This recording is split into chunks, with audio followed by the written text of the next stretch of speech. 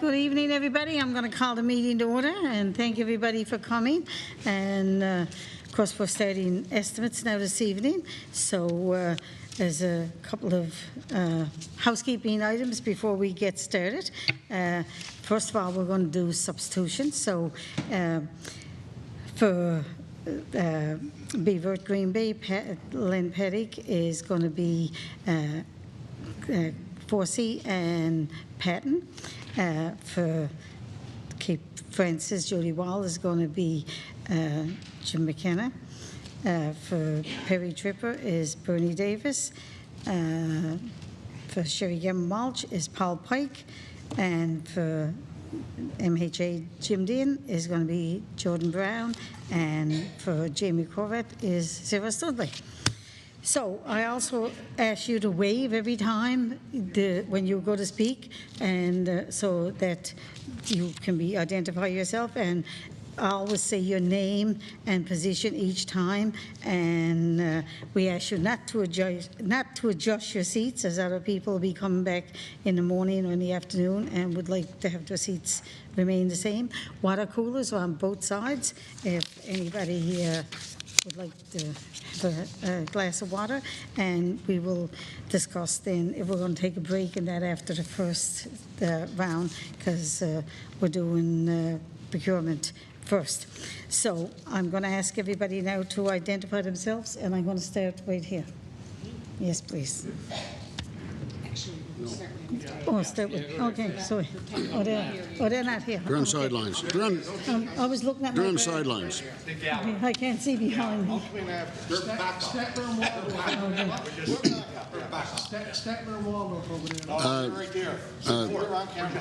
Pleeman force the MHA for exploits. Nathan Ryan, Communications Opposition Office. Jim McKenna, MHA, Fogle Island, Cape Frills. Jordan Brown, MHA for Labrador West. Scott Fleming, researcher, Third Party Caucus. Paul Blake. Can't see it. Oh, that's me. Sarah Studley, MHA from Mount Scio. MHA Bernie Davis, MHA for Virginia Waters, Pleasantville. Paul Pike. Here you go, Bob. Is that up? Jim Locke, researcher, Government Member's Office.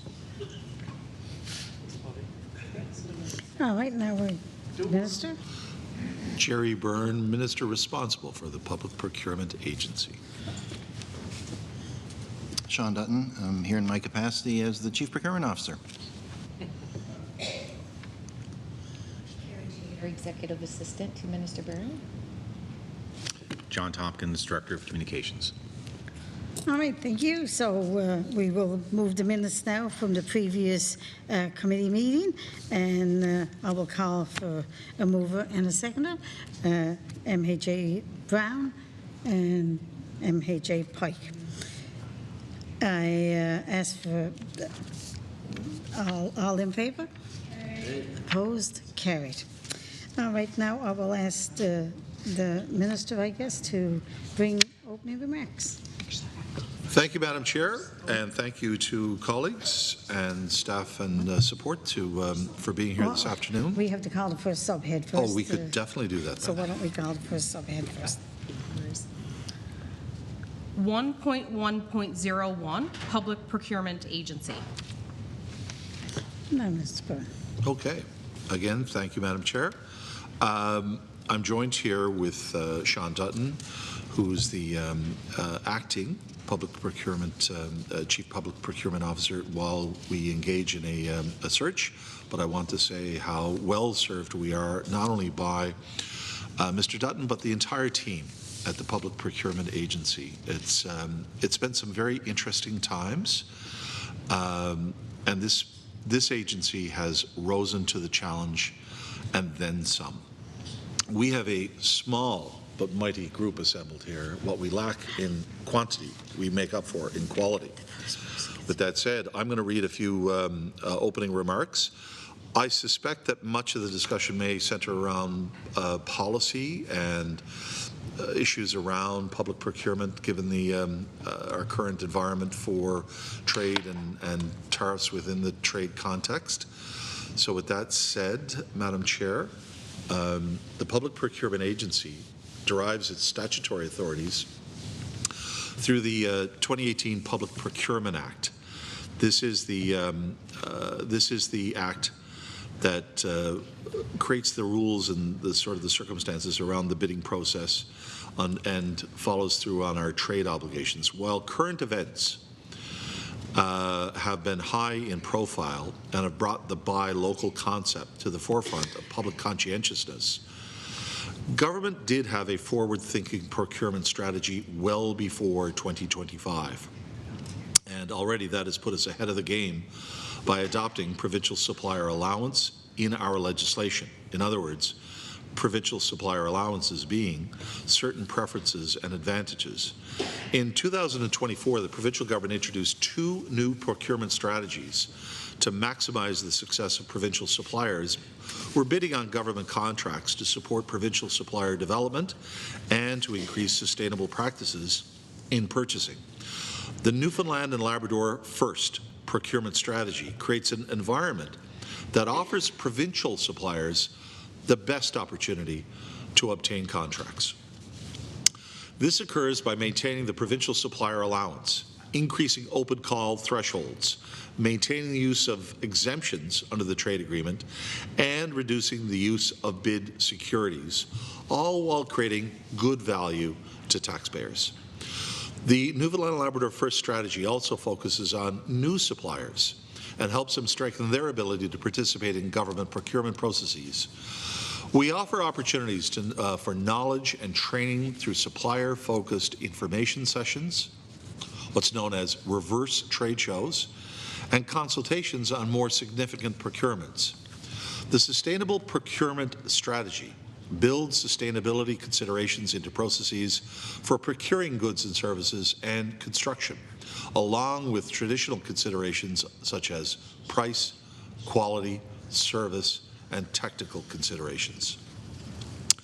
Applying a sustainable approach to procurement ensures that the purchasing power held by government departments and agencies is utilized to help achieve broader social, environmental, and economic goals.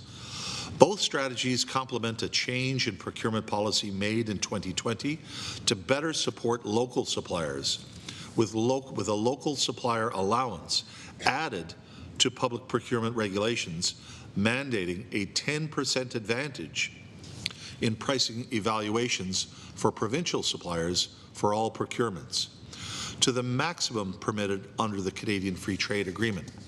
While some may ask, why don't we go higher? We are bound by much extent under the Canada Free Trade Agreement.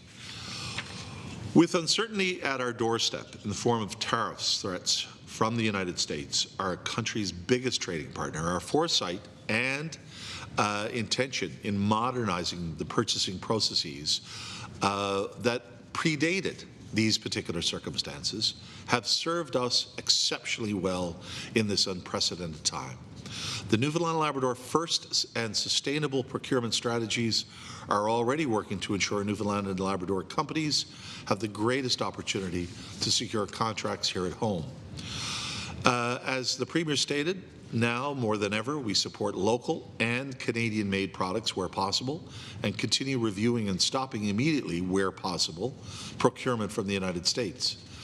The Public Procurement Agency is in active discussions with federal, provincial, and territorial counterparts on the implications of the ongoing trade dispute between Canada and the United States, which may be paused at the moment, but is always a shadow that is lurking.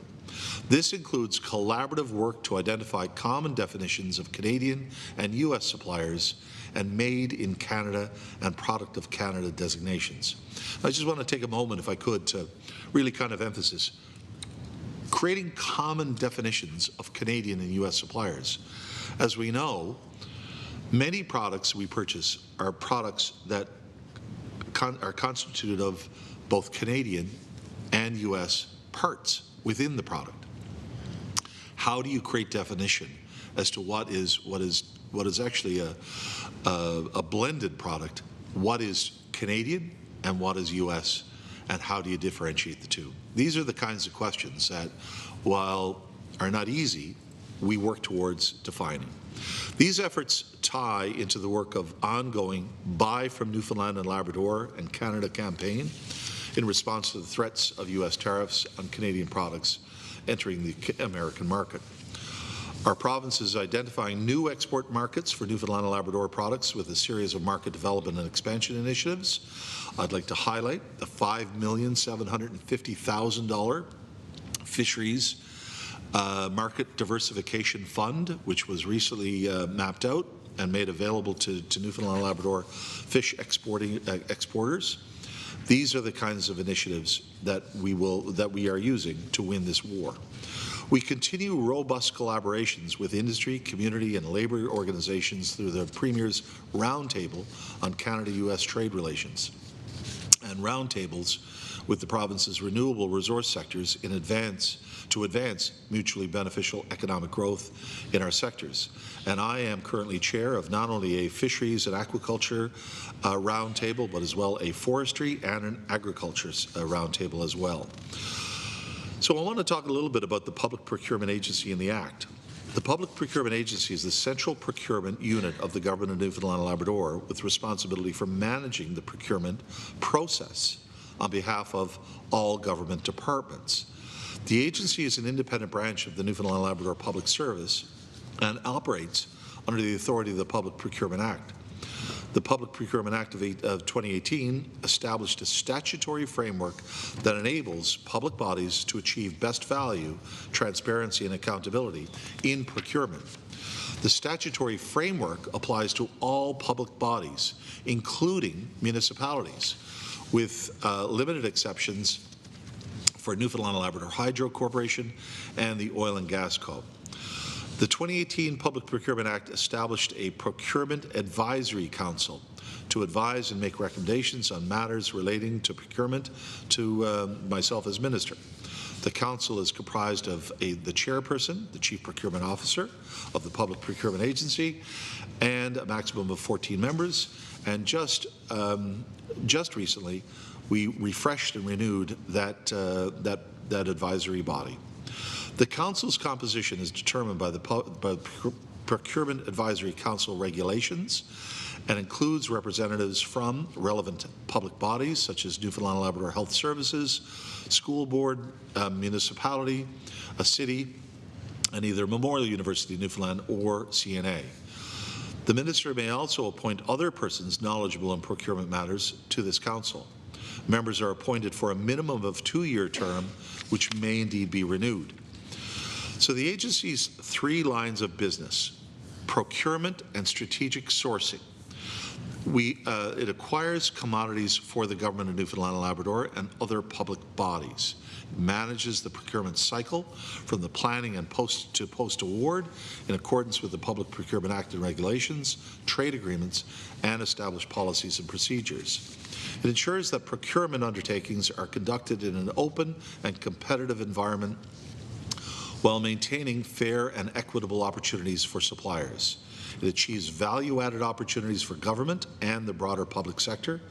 It continuously identifies opportunities for increasing value in procurement spending by analyzing supplier market and internal spending profiles and leading cross-departmental teams to execute these sourcing strategies. It audits. It also provides information and training. It administers training programs to facilitate compliance with the government's procurement framework and facilitates interpretation of the procurement framework, which leads to the development and delivery of training programs for 3 public bodies and provides advice and expertise to the internal and external stakeholders related to the procurement framework and manage the procurement reporting system. I want to take a moment just to talk briefly about the evolution of the Public Procurement Act. This is something I find most interesting. Thank you, Madam Chair. I want a fresh glass, though. I don't know who used that. The 2018 Public Procurement Act replaced the Public Tender Act, the Government Purchasing Agency Act, and an Intergovernmental Joint Purchasing Act. Thanks. Among the changes brought about by the Act, the Government Purchasing Agency became the Public Procurement Agency to increase focus on its monitoring and compliance role. A Chief Procurement Officer role and a Procurement Advisory Council were established to oversee all public procurement activities throughout the province. They snuck up on you. Thank you, though. The Chief Procurement Officer is selected through the Independent Appointments Commission process, and the Advisory Council is comprised of officials from provincial public bodies. The purchase of engineering services, architectural services, accounting, land surveying, voice telephone services, most banking services, insurance, and other services previously not included in the Public Tender Act are now subject to greater oversight than ever before under the new Act. New regulations and policies were established to make the procurement process more transparent for vendors and to give public bodies more opportunity to hold suppliers accountable for their performance. The previous thresholds for requiring open calls for bids were considered too low. This increased the red tape involved in small-scale procurement and inhibited the ability to buy local. So I'll just repeat that again. The previous thresholds for requiring open calls for bids were considered too low, and that increased red tape and involved in small-scale procurement and inhibited the ability to buy locally. The new Act created the opportunity to respond to these issues. Thresholds were increased at the time to align with the Canadian Free Trade Agreement and are reflected in our new regulations. The previous approach was prescriptive in that it encouraged tenders over requests for proposals. The new Act made it easier to use additional approaches such as RFPs and calls for expressions of interest by removing the requirement for prior approval from Cabinet or Lieutenant Governor and Council. In conjunction with the shift towards the use of RFPs, the move to a best value approach as a balance of cost, quality, performance, and support, rather than simply a lowest upfront bid price approach, gave the agency a wider policy scope. This approach facilitates inclusion of additional considerations when evaluating RFPs, including environmental, social, and local economic considerations. With respect to considerations such as timeliness for the procurement process, sharing of information between buyers and suppliers, and applications of procurement policies, the new Act promotes greater consistency in the approach used by all public bodies. So how exactly does procurement work? Well, public procurement legislation lays out the processes that government departments must follow in making purchases. It is the public bodies, not the PPA, which are responsible for their own procurements. An important distinction. Information on the procurements is posted on an electronic notification system called MERCS. It's maintained by the Public Procurement Agency, which facilitates posting of open calls on behalf of public bodies. The agency also coordinates strategic procurements for multiple public bodies, such as, for example, managed print services. Procurements that are below established thresholds would typically be subject to 3 quotes with no requirement for an open call.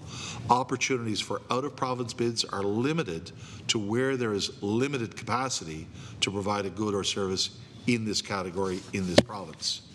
So with that said, Madam Chair, that's a little bit of a strategic overview of public procurement, the Public Procurement Agency, and what is new and exciting, which predates the current circumstance we are in, and why I think that those who helped design and build this new procurement strategy were very, very thoughtful and foresighted in doing that, and I think it's left us with better opportunities for success as we operate in the real time in this current environment, this trade environment. So with that, Madam Chair, thank you very kindly for that opportunity.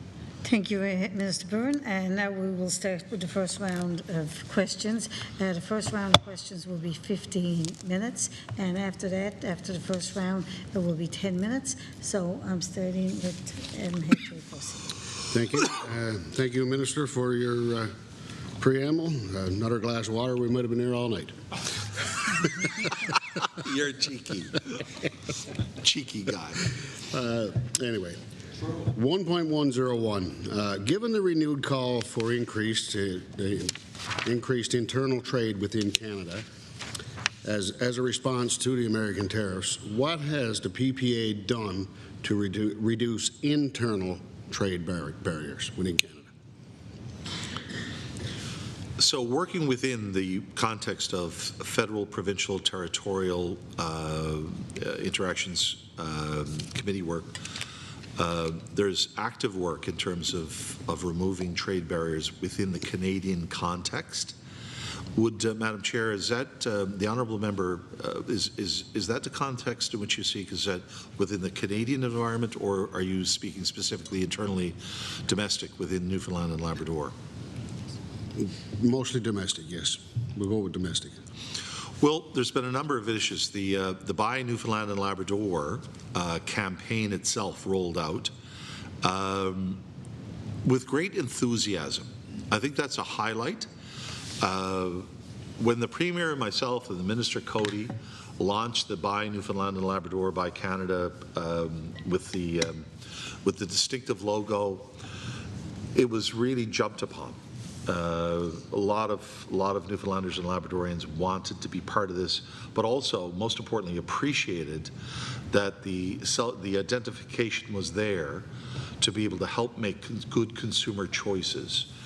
That's one initiative that expands on provincial free trade, or better buying and sourcing of goods from within the province. But I want to take this opportunity, if I can, Madam Chair, to talk a little bit about competitiveness for Newfoundland and Labrador.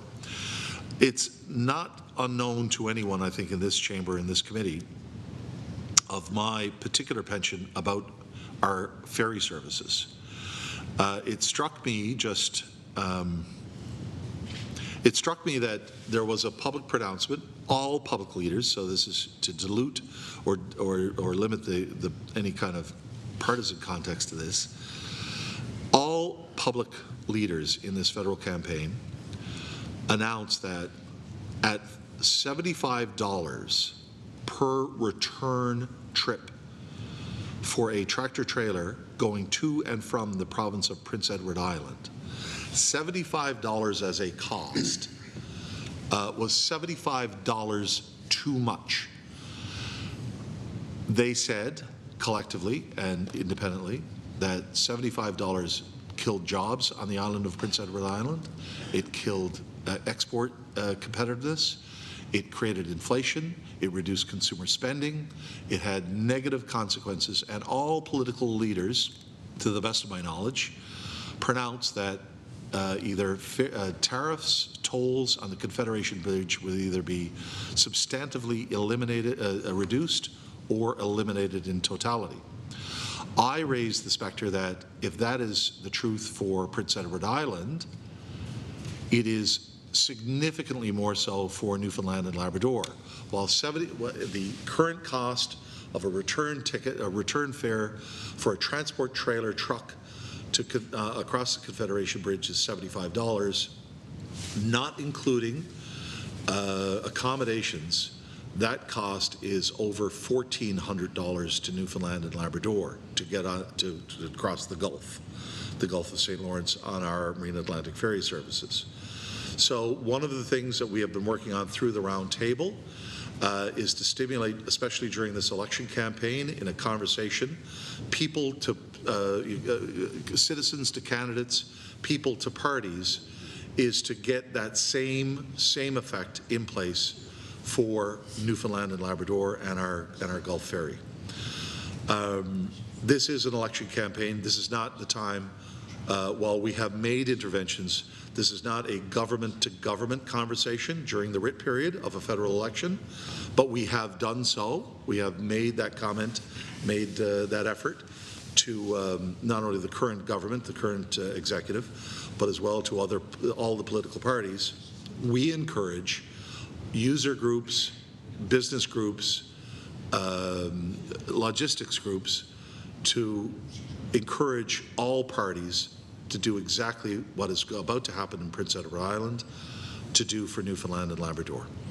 And so I would ask that this august group join with us, join with me in making that case, and I will continue to do so before and after the election.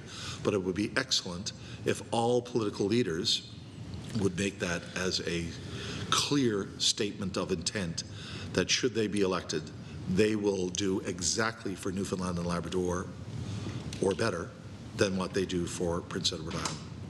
I don't know, Mr. Forza, Madam Chair, if there's anything else that you wanted, I could turn the floor over to Mr. Dutton to talk about any other initiatives domestically, but.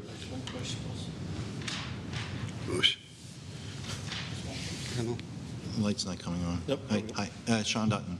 I think that the beginning of the question was in respect of the Canadian Free Trade Agreement, and the Minister for Intergovernmental Affairs is the lead as a member of the Council on Internal Trade, and that is the Premier, and they've been participating in those discussions. So they will involve respective departments on an as-needed basis, depending on the topics that are under discussion. I think, as Minister alluded to in his opening remarks, we also have a council of deputy heads of Public Works and Procurement, and that's the federal, provincial, territorial table, and that's where we're also having discussions sort of separate from the CFTA, but looking at the CFTA's definitions as they currently stand. At this point in Chapter 5, the procurement chapter, which is online, they simply define a Canadian good as a good which, if exported outside of Canada, would qualify as a good of Canada under appropriate rules of origin. And a Canadian supplier means a supplier that has a place of business in Canada, which is pretty basic definition. And so, you know, there's a lot of debate going on about what constitutes a Canadian good or service or a Canadian supplier, and we have many examples of companies that are active across both sides of the border, but maybe they have a headquarters in Canada or they are employing people in Canada, and so, you know, we're taking due care to make sure that whatever measures are taken, that you know, we're not inadvertently impacting you know, local workers and employers. Excellent. Okay, no, thank you. That's where we were to on this point in time was the tariffs and trades and that stuff. And what are we doing? You know, trying to boost the local products, local purchasing and that sort of stuff. So, other than that, we got one more question. I guess I'm going to ask this one. The province has a number of contracts with American companies. Has the PPA done a review on how many contracts there are, their value, and an assessment of which ones can be canceled in favor of a local Canadian alternatives? Thank you, Madam Chair. I'll just start and pass over to Mr. Dutton, but to put this in a context, this is very important to do that analysis, and we have been doing that analysis, and we'll be able to, Mr. Dutton will report on what we have so far. But with that said, we also recognize that there are some products that are so specialized or so technical that they're actually supplied by a very, very, very few number of vendors, and to simply take the position that we will not buy them because they come from the United States would be in effect biting off our nose to spite our face. We would actually lose the ability to have the product, and some of those are pharmaceuticals, healthcare products, medical products, you know, highlight in my mind some of the things that, while we'd like to just simply say we're not buying anything on principle from the United States, that would be in effect an exercise that would be effectively biting off our own nose to spite our own face. And so with that said, Mr. Dutton, I'll leave it over to you. Sean Dutton, thank you. We did take a look at how much procurement spending across government and the main agencies, boards, and commissions was being done, again, to determine what constituted a U.S.-based business.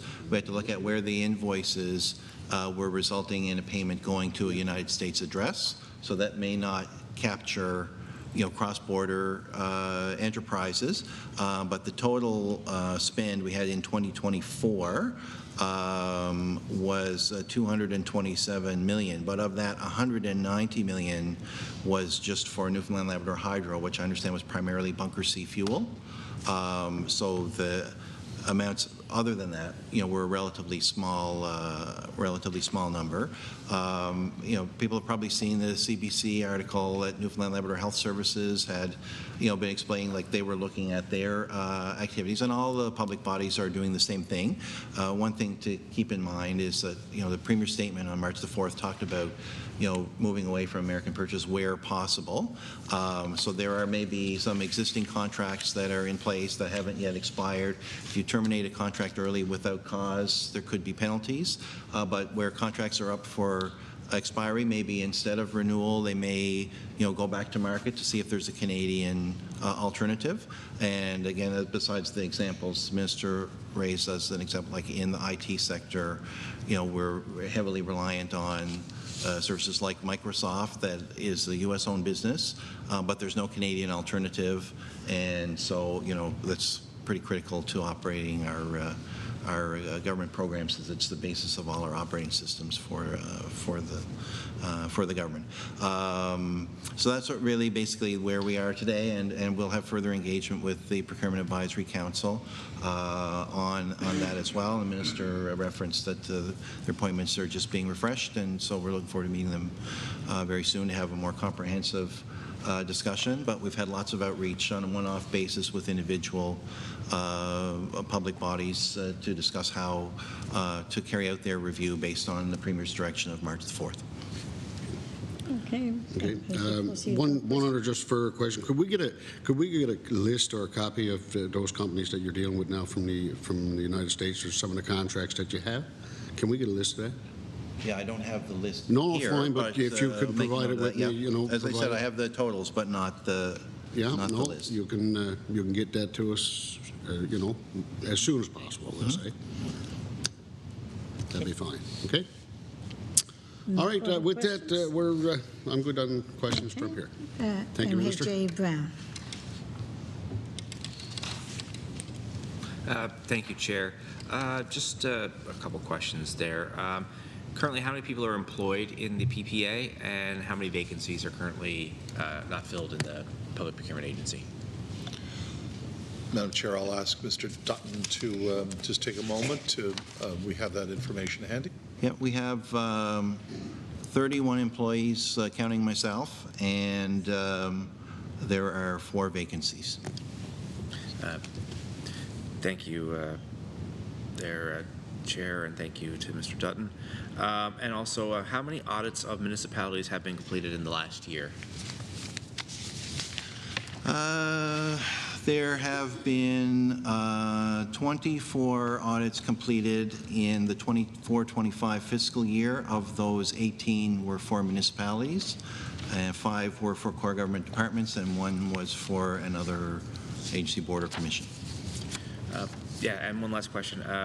With the switch over, I guess, and the implementation of the MERC system and all that in the last couple of years, have there been any issue or anything with that, given it's a tech-based system, or have it been all no any issues or anything with the MERC system? Since I've been in this role in December, I haven't received any complaints about the MERC system. I think it's working fine to my knowledge. Most public bodies are on the MERCs. I believe Hydro uses a different platform, but it's all publicly available. And as far as I'm aware, it's working fine. We've had no cyber attacks. No, that's good. Perfect. That was my final jinx question. it. Thank you, Chair. Yeah. Okay. Okay.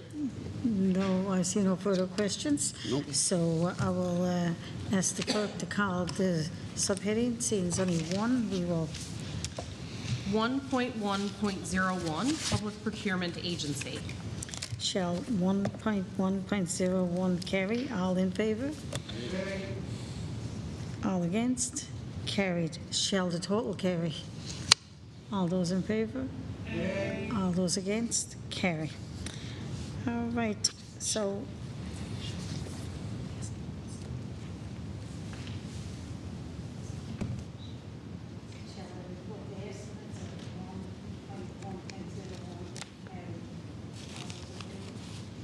those against, carried. All right, this is the end of this part of this session, so we will take a 5-minute break and have the other staff members come in, and we will reconvene in 5 minutes.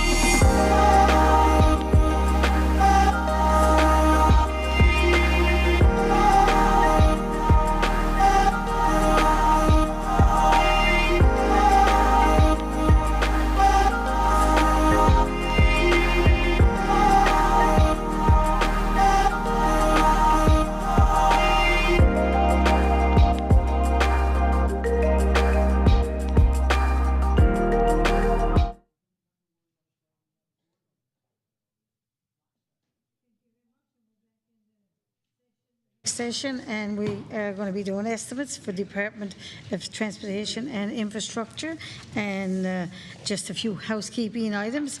We ask everybody when they're speaking to wave and identify yourself each and every time. Wait for your tally light to come on before you speak, and we ask you not to adjust your chairs, and water coolers are here behind us, and when we start, the first round will be 15 minutes, and it'll be 10 minutes then for every speaker afterwards. So I'm going to ask the clerk to call the first round, the first subheadings. 1.1.01 to 1.2.04 inclusive, executive and support services.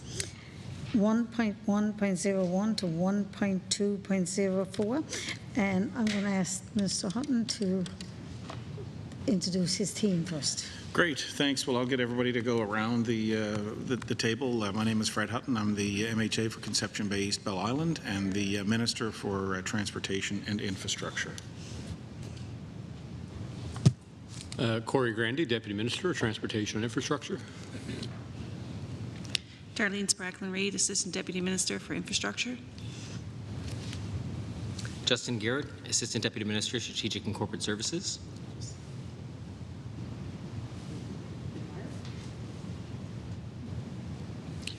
Brian Evans, Associate Deputy Minister. Melanie O'Neill, Director of Communications. Dan Michelson, Assistant Deputy Minister of Roads.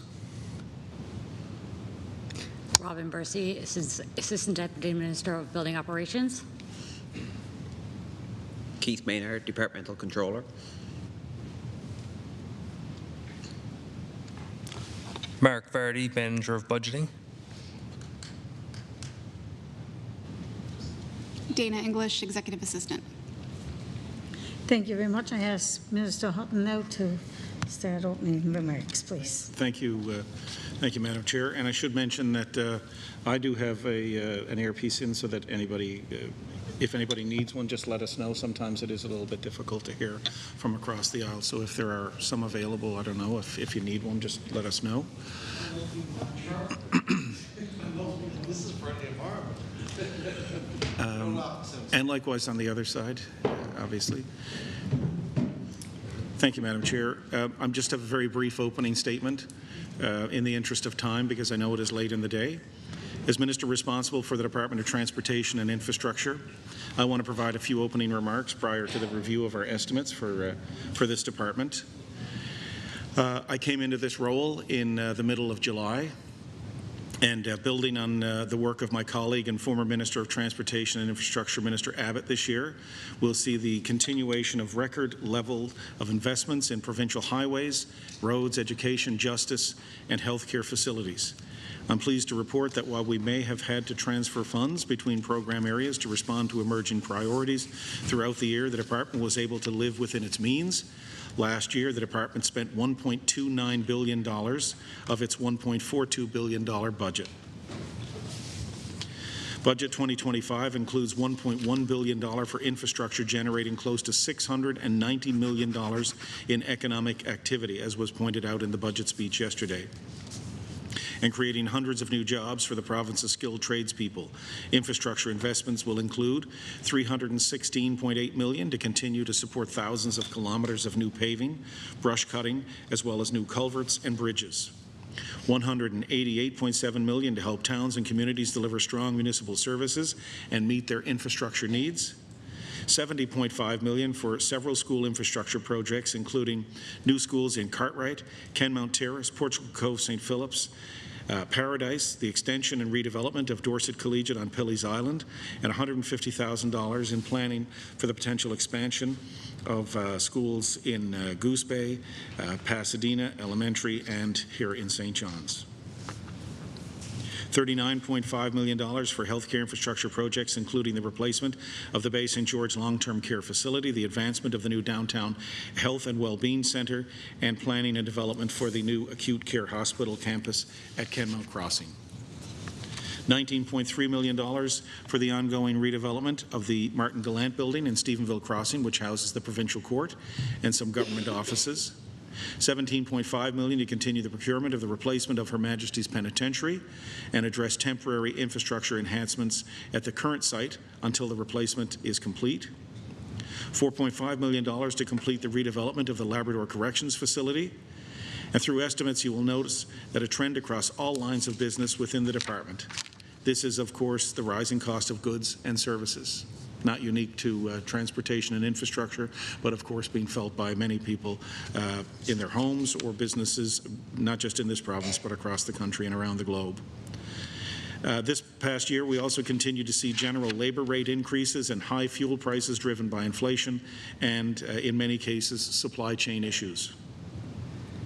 I'm pleased to report that the department absorbed these pressures without impacting service delivery or our commitment to Newfoundlanders and Labradorians through our provincial roads plan, public building projects, marine services, and our water bomber and air ambulance services. Our staff across all areas of the province are to be commended for their professionalism and caring. As Minister, we'd never be able to achieve the goals and objectives without these dedicated staff members behind me. And it is a rather large department, transportation and infrastructure, which is why there are so many people here this evening to try to, these are the folks who were helped by many others in achieving the goals that we have over the past year. So, Madam Chair, that's it for my opening statements. Thank you for your time. Okay, MHA Penn. Thank you, Chair. As I said earlier, Minister, we're going to just try to stick to some questions with regard to subheadings as opposed to going line by line. It's a little less, more free open, I guess, wide open. I'm going to go right to, I got no questions first couple, 1.2.04, and I know you just said about the land acquisition. Is there any funding been allocated? You may have already said this, so I apologize if you did. Has there been any funding allocated under subheading for the Kemmett Road crossing development land acquisition? Has there been any funding? Is there any funding included there for the land acquisition on Kemmett Crossing? Yes, and the funding, the land has been purchased. But the development? For the development. Oh, for the development. I'm sorry. Yep, I think I referenced it in here. Sorry, I just want to, Corey, if you've got it quicker. The amount that's been designated for the new acute care hospital. Corey Grandy, I don't actually have my finger right on that because it's in a different activity, but it's I want to say it's $20-something million, $23 million has been allocated to continue the development of that site, and so that would be some civil works in terms of some site grading, leveling, basic civil works, water infrastructure that we've been talking about with the two cities and the town, as well as the beginning of the road development that has been discussed publicly as well. So three elements to that development. Which subheading would that money be located? Where would that be located? Under what subheading? It is in Corey Grandy. It's under 3.2.03, building infrastructure capital. Okay, thank you. We also understand approximately $24 million will be paid to H3 for the remaining land. So where in estimates is this accounted for? So again, I'm going to do that a lot tonight. So when we're developing a project, we try to charge off any land costs to the project itself. So again, that would be in that activity we just referenced, 3.2.03, and in particular the line object that is called, I can't put my finger on it. Yes, sorry. Yeah, property, furnishings, and equipment. Okay. Is the line object.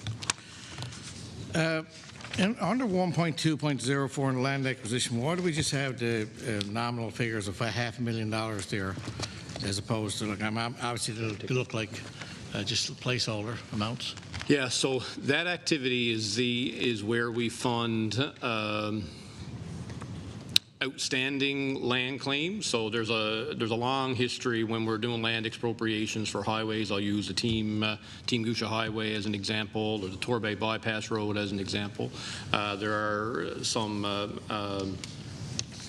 like historical claims, so they've been on the books for years. As we work through those with the landowners, that's the activity, the one that you referenced earlier, 1.204. So that 500,000 there is where we fund those historical claims. But as we're developing new projects, our current practice is to charge it against the project, and so you would find it in the building capital. 3.2.03.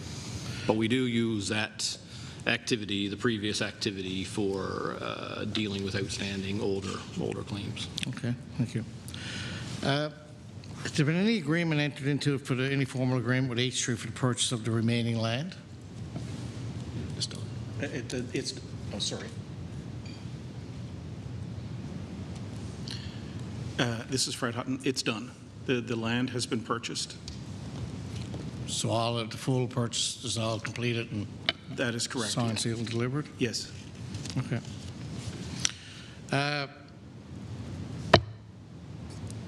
So that was all paid. I'm almost done right now. Anyway, so that amount is already in the budget for this year, done in this fiscal year, just completed, right?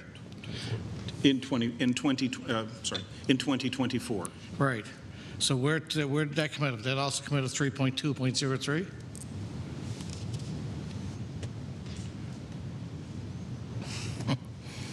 Corey Grandy, yeah, so again in 3.203, property furnishings and equipment. Yep. In our projected revised numbers, you will see a figure of $26,640,000.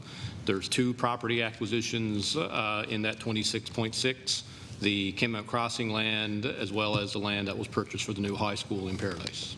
Okay, okay. That's all I got up to that section, Chair. All right, MHA Brown.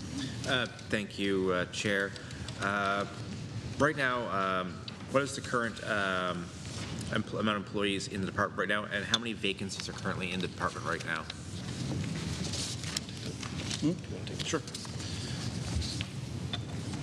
My mic is already on. This is Fred Hutton. So the date as of March 31st of this year, 2025, is 2,534, and that includes the 800 staff members from the former Newfoundland and Labrador English School District, which joined the TI fold earlier this year. In 2024. Thank you, Chair, and thank you, Minister. How many vacancies are currently right now? And also, how many is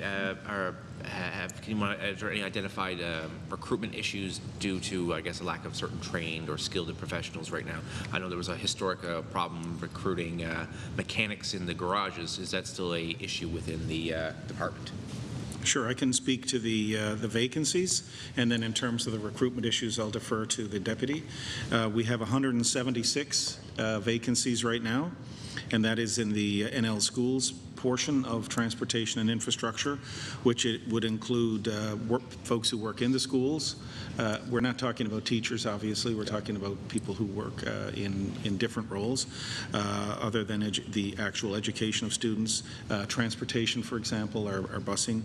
And there are 262 funded vacant positions, excluding seasonal. And I think Corey could go down through the longer list of the breakdown, but also the recruitment issue.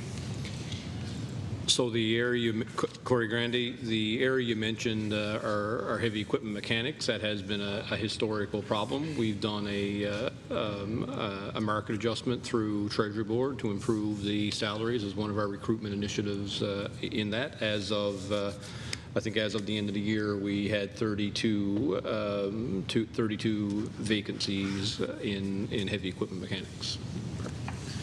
Thank you. Thank you there, Minister and Deputy Minister. Right now, I guess,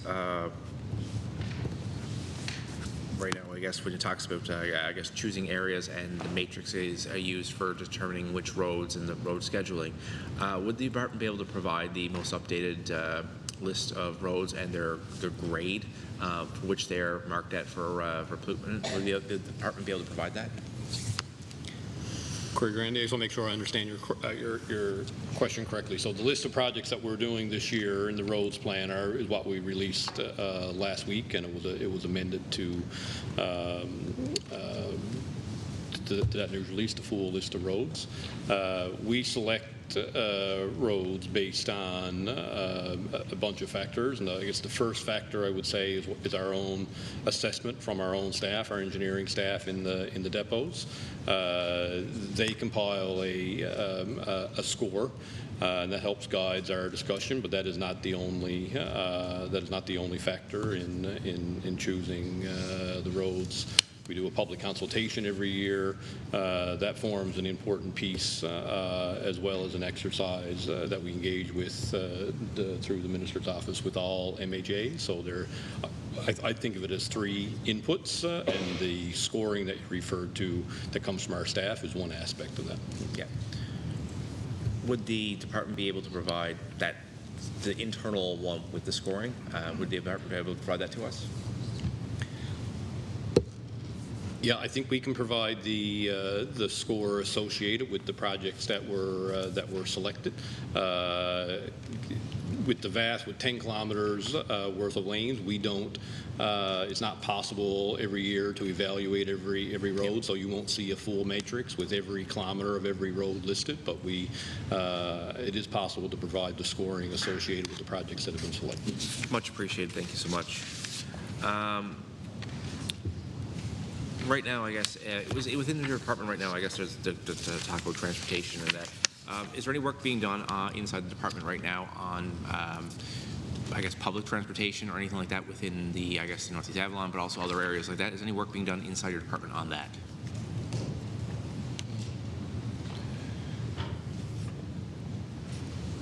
I can speak to that as from an MHA's perspective. I know that on the Northeast Avalon, MHA's met with Metrobus at one point. Is that what you're referring to in terms of public transportation? Well, just in general, because I know Cornerbrook has public transportation. Sure. I know Goose Bay is wading into public transportation. We're looking at a study in Laverne West on public transportation. I was wondering if there's any work or anything being done inside your department regarding public transportation.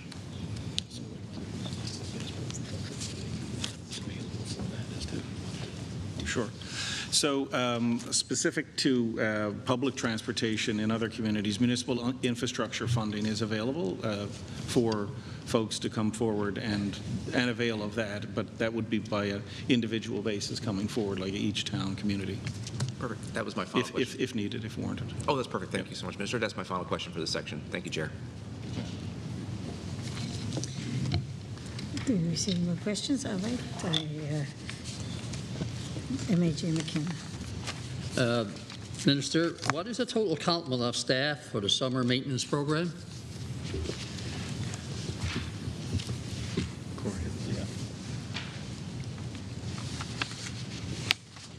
So we don't have that breakdown. Oh, hold on, just give me 1 second. We don't have that breakdown by summer maintenance. I'm going to refer to my ADM of roads, Dan, if in the breakdown. Can you decipher that for me? We don't have a breakdown of summer, winter. We have a breakdown.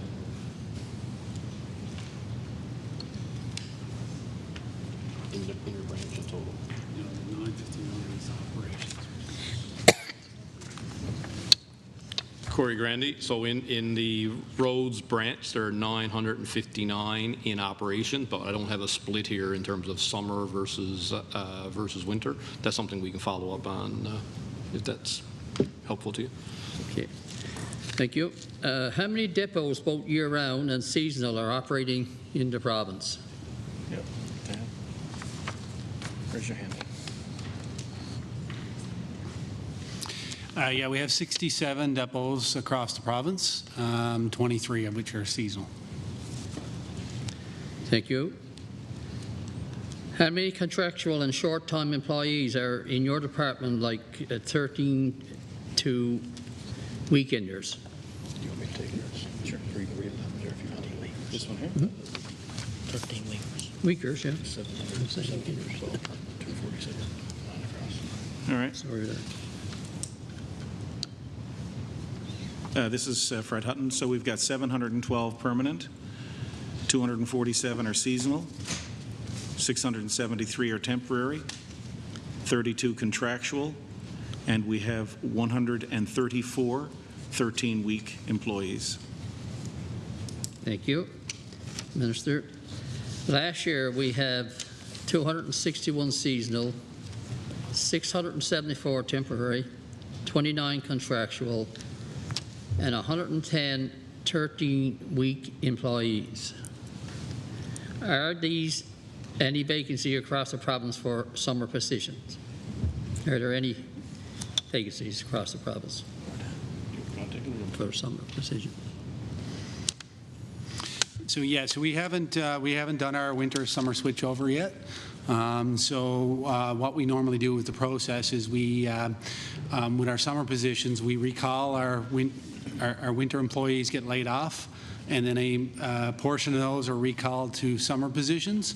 And then once we recall those positions, we determine the number of vacancies, and then we post for competitions to recruit. So that'll be actively happening towards the end of April as we move from winter season to summer season. Just a reminder to repeat your name each time for recording purposes, so they can record who is speaking. Thank you. Thank you. Money here provides for the department's summer highway maintenance program, highway cleanups, provincial road upgrades, etc. Last year, the department was $1.59 million over budgeted in purchase services. What was this for?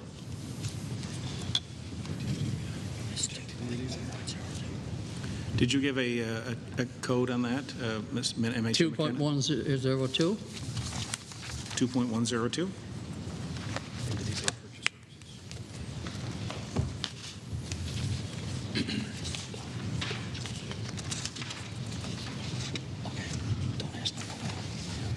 Sorry, could I ask you to repeat the question again, just while we were trying to get through that page?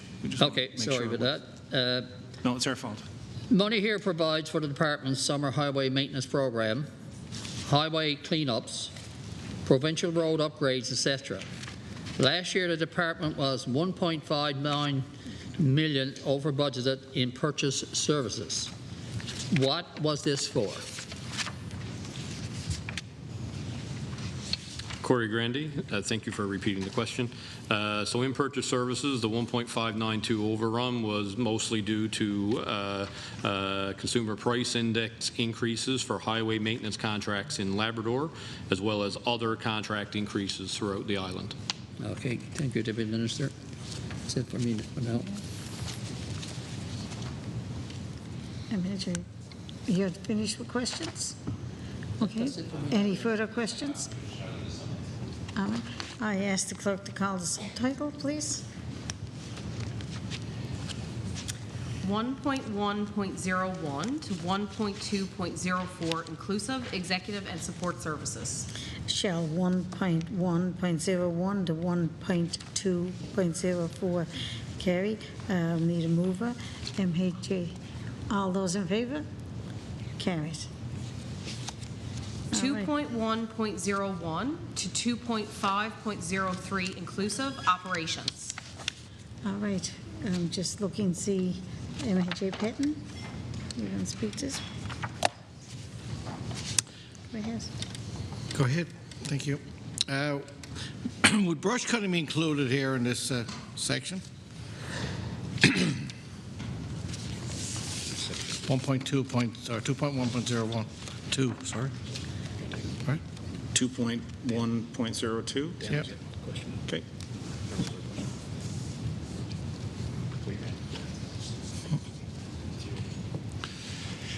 Dan Michelson. Our brush cutting is included in our provincial roads current program, so that would be back in 3.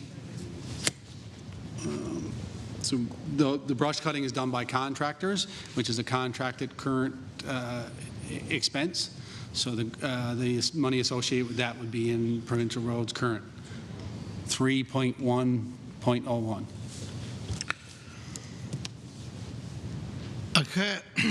why is it tendered out? Why, I guess the general question, why don't we do that ourselves? Brush cutting. It's probably been tendered out for a long time, but pose the question.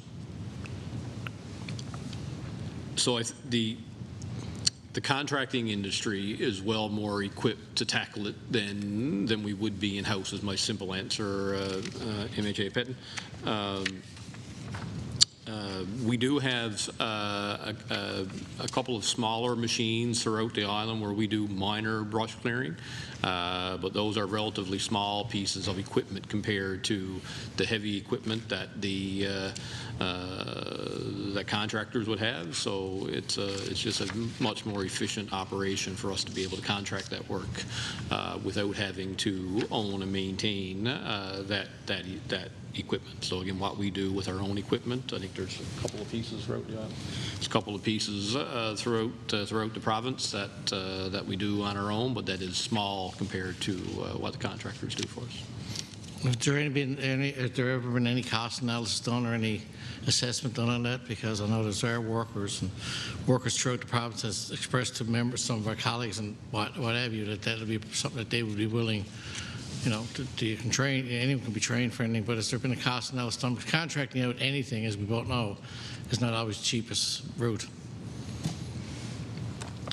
Corey Grandy, we haven't done any analysis in my time since I've been deputy. I wouldn't be able to speak to what happened before me, but I can say that we haven't done any analysis of that since 2020. The practice of hiring on staff, I guess, during winter and then summertime comes, because I did have a past with the department and I understood the way things worked. And I know it's been going on for a long time. But the hiring on the staff as snow clearing ends, rehiring them for the summer, as opposed to having year-round staff being able to do boat operations. I know that there are two different, succinct different things. That does a changeover happens? I think it might have happened just after happening in the last couple of weeks. I guess the winter changes over the summer.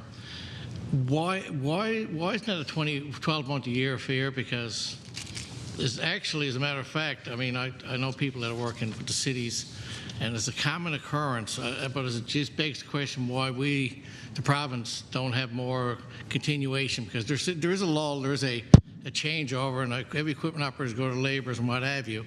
Why isn't that more mainstream? Keep the pay the same, keep them on our basically park the plow, and get into what have you. Maybe a brush cutting machine, I don't know. But there's more efficiencies to having them year round? Corey Grandy again. It's a good question.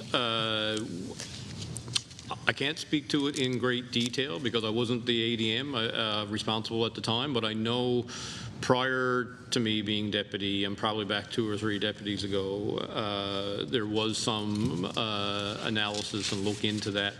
And we did that in partnership with our colleagues in collective bargaining. And again, I got to be careful how I speak to it because I wasn't involved with the details, but in the end it didn't come to fruition. I know it was an active topic of conversation and contemplation in the department of having, you know, not having 2 different classifications, not having 2 PCNs that the same employee might fill winter versus summer, but at the end of the day it couldn't find a way to make it work, but it has been looked at in the past, not recently. Do you know if there's a cost savings? Is there savings as a result of this practice? Corey Grandy, I think that was part of the problem at the time, is that it was going to be a cost increase. And again, I do have to be careful speaking to it because I wasn't involved in the deep analysis, and I'm gone back at least 5 years, if not closer to 8 or 9, but from what I recall and what I know, there weren't any cost savings associated. I guess what I'm trying to get to it with it is, you got a situation where I know back in the day, and some officials are no longer there, but I used to have a conversation with a lot of at the time when I was the critic, and I had a vested interest in a lot of road work throughout the province, and as you're well aware, I mean, you had many conversations. There's a problem, there's a problem exists within TI with, I know there's a mechanic shortage. You run into a lot of summer maintenance, and staffing is an issue, right? But the city of St. John's, as an example, I mean, there's other municipalities, my own municipality actually, town CBS are on par with the city when it regards to wages. But this all, I guess, the point of the matter I'm getting to is that they drop back in wages, they go from operator to a laborer. You're not competitive with the municipalities that got smaller, smaller, they don't have the billion-dollar budgets like your department. So I guess the point I'm trying to make, isn't this a better way of trying to maintain staffing, keeping your staffing levels up, you know what I mean? Because that poses a problem. We hear that every day, and we ask questions in the House here, and we constantly talk about it. There's always staff, and I'm healthcare most of the time, but there's always about staff. So isn't that a real problem, though you run exist being competitive with those other municipalities and larger that do similar work? Do you get where I'm going with the question? Isn't that something that is that something you've looked at? That's what I'm trying to get to. Corey Grandy again. So part of the answer to that is what we spoke to earlier. I think when your colleague was asking the question about, and we have done a market adjustment for our heavy equipment technicians, our EGTs, and the input of the salaries from the municipality, City of St. John's as being one example, was something that led into that. Would it help with retention? That's possible, but I think an answer to another of your questions is buried in there as well, is that it would cost government more because the wages would be higher. Yeah, I guess the question though comes back that, I mean, I suppose the cost analysis, how much would it really cost? Because I don't know if you've really ever done that.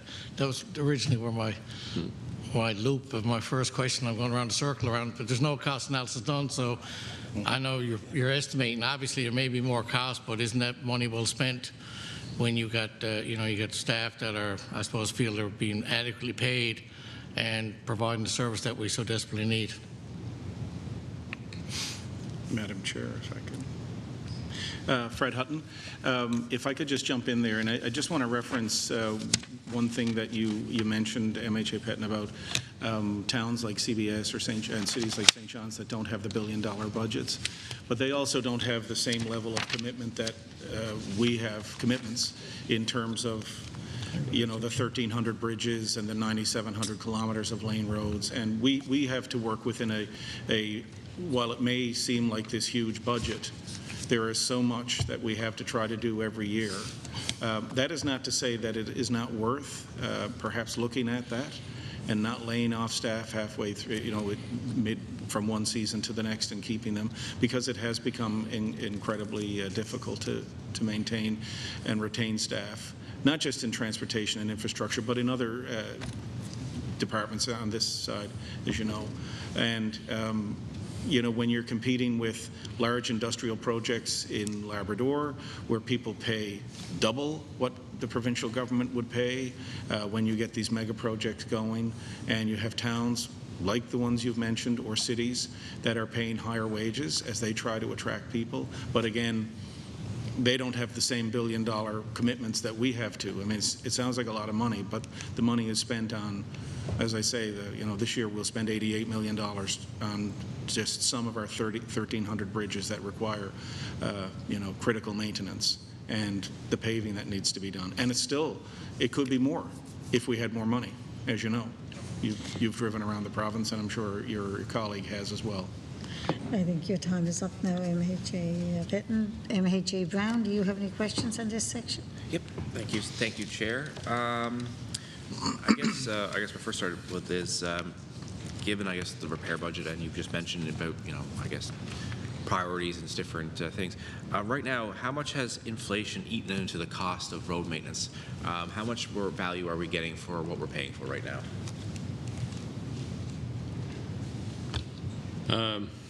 That's a tough question to answer on the.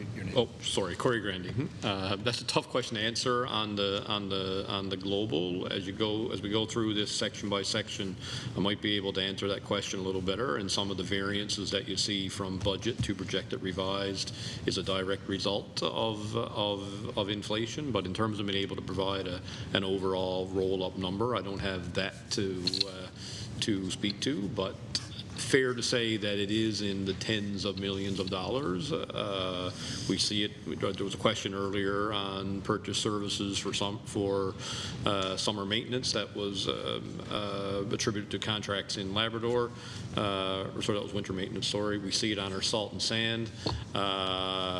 We see it on fuel. We see it on heat and light and building. So as you go through our estimates on an activity basis, and you see a difference in our budgeted number and projected revised, in many instances that variance on activity by activity basis is due to inflation. Thank you, Deputy Minister.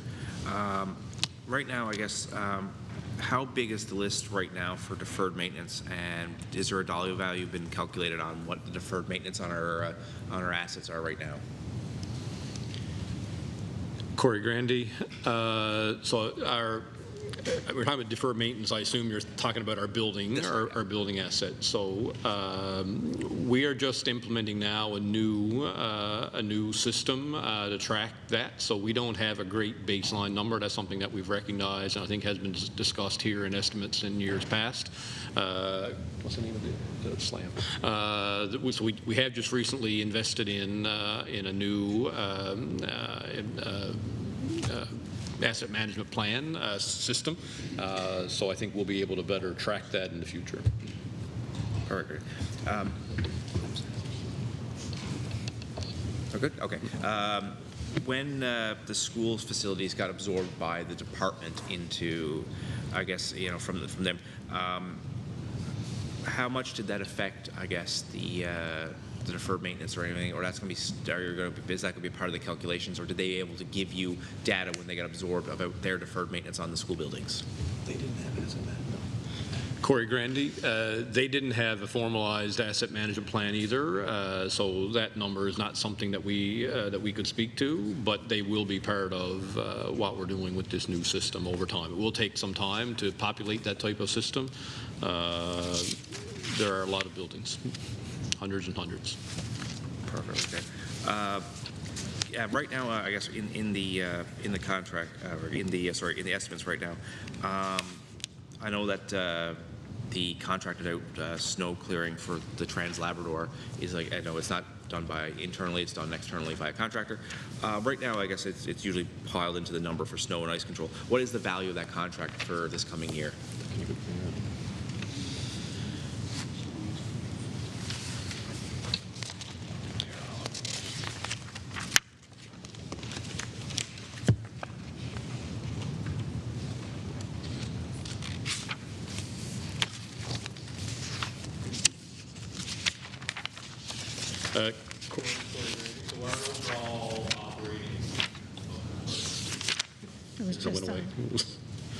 Corey Grandy. So in 2.1.03, you'll see snow and ice control, that full activity. So our salary, so what we self-operate, our salaries in that, you will see our projected revised number for 24-25 at $20,230,000. And then when you go to the operating accounts, in that activity, that's $45,794,000. So contracted services would be in that number as well as what we self-operate. Yeah, the overall total for that activity is, for projected revised for the year ending, is $72,824,000. Yeah, and so what was the value of the contract for the Trans Labrador? Specifically. What was the total value of that contract for this coming snow season?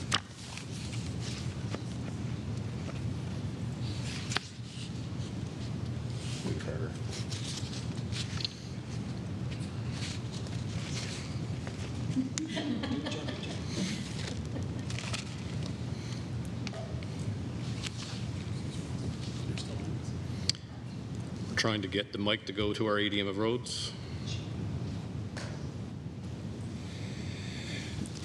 Dan Michelson. Yeah, if you look at 2.1.03, that's our contracted services. We have 4 separate contracts for the Trans-Labrador Highway, and those contracts, plus a few smaller contracts that we might have around the island, total about that $15 million that was in the revised from last year. And that include all their CPI. So, but the bulk of that $15 million is for those 4 Trans-Labrador Highway contracts. So it's safe to say that that line item is basically the four Trans-Labrador contracts. Okay. Purchase services under snow and ice control. Perfect. I know now that I guess the purchasing on the island, I guess for majority on the island, you fleet renewal. Right now, like I said, last year was 31 million, and this coming year is projected 42 million. What's going to be included in the 42 million for the fleet renewal? Yep. Go ahead, Dan.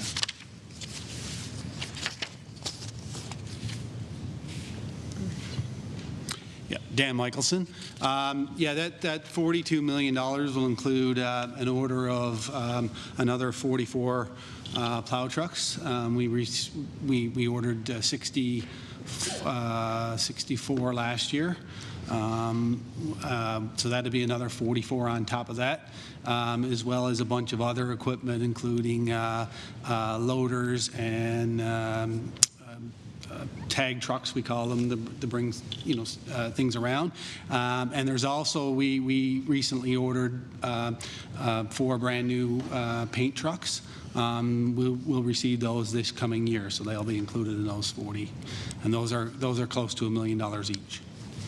All right, perfect. And under student transportation, there is there any purchasing for new school buses that belong to the provincial fleet, and how many new school buses will be purchased this year for the provincial school fleet?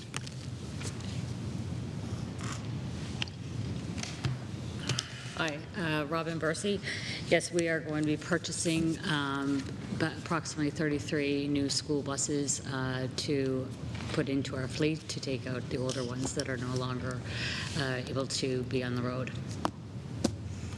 That was my final question for the section. Thank you. MHA McKenna.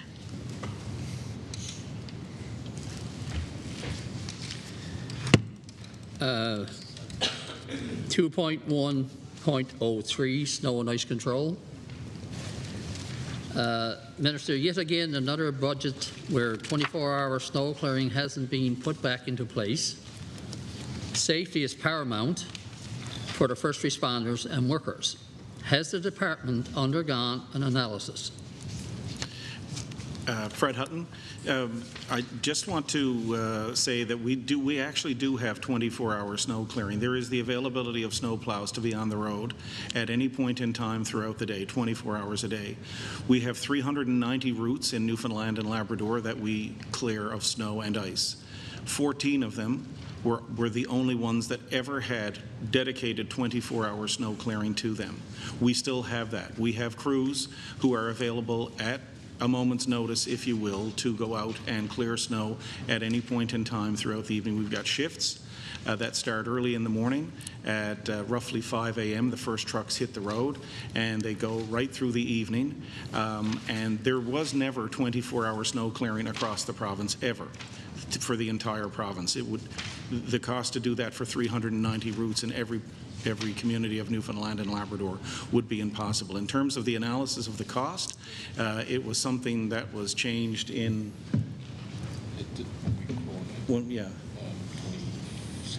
2016, whereby the overnight crews were no longer kept overnight, but they are now on call, and they are paid to be ready to go on call. And we watch the weather very closely to make sure that we know if there's going to be a weather system, that those crews stay on the road, and communities have full access through 511 or 911 rather to get plows or assistance should there be an emergency for the need of an ambulance or a fire truck or anything, somebody who needs to get to a hospital if they are even an employee there, if a doctor needed to get there, or a nurse practitioner. How many service agreements does the department have with municipalities to clear their local roads in the province? I think that's a Dan question.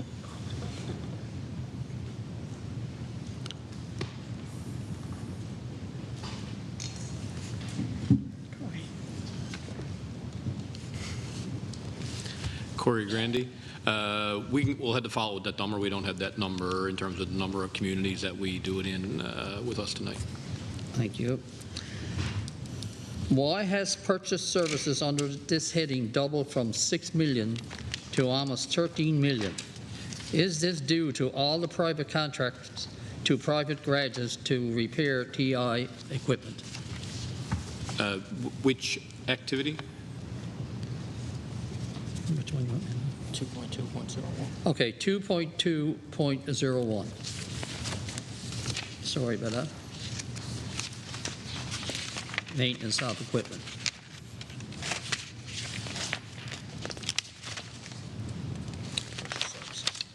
Corey Grandy, and just to be clear, so it's 2.2.01, and were you looking at purchase services? That's correct.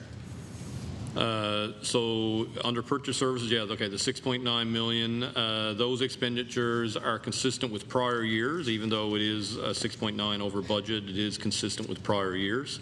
3 million of that is an increase to reflect the cost of light vehicle maintenance and light vehicle rentals. 3.5 million was an increase to reflect added cost of sending more equipment out for service, and a $500,000 increase to reflect additional charges associated with the road weather information contract and highway camera upgrades in Labrador. Thank you, Deputy Minister. That's it for me. That's it for you. MHA Brown, do you have any further questions? All right, I asked the clerk to call the next set, the recall heading setting. 2.1.01 to 2.5.03 inclusive operations. Shell 2.1.01 to 2.5.03 carry. All in favor?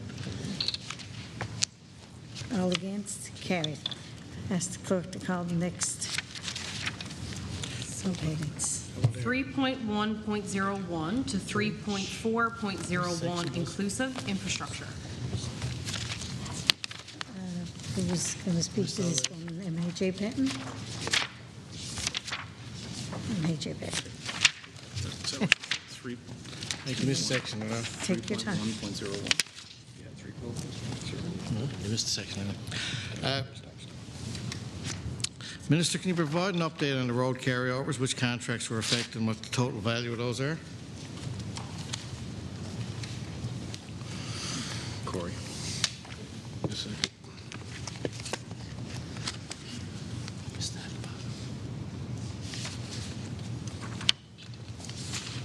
Could you repeat the question again, just to make sure I got it?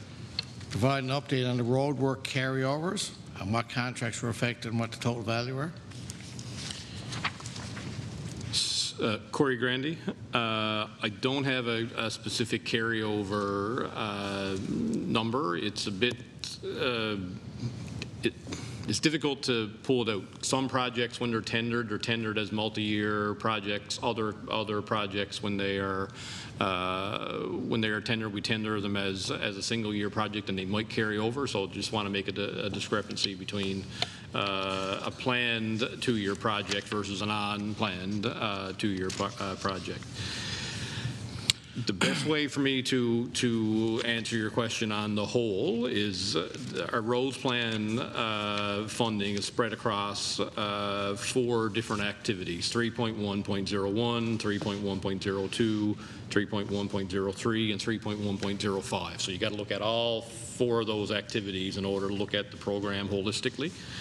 On the whole last year, those activities add up to a total of $288 million. Our expenditure last year was $264 million against that 288.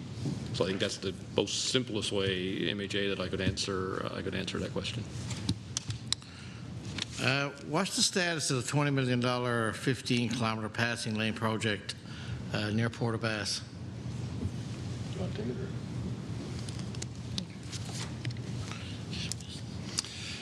Yep. So we're Dan Michelson. We're in the design and preparing our procurement for that passing lane. So there was significant work done last year in terms of procuring the survey. So the entire route was surveyed, all the information was gathered.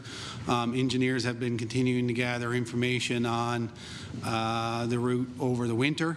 We are now in the process of preparing final designs and tenders to go to tender with the intention to tender and award and start work this year on that passing. How much money has been directly allocated for brush cutting in this year's budget?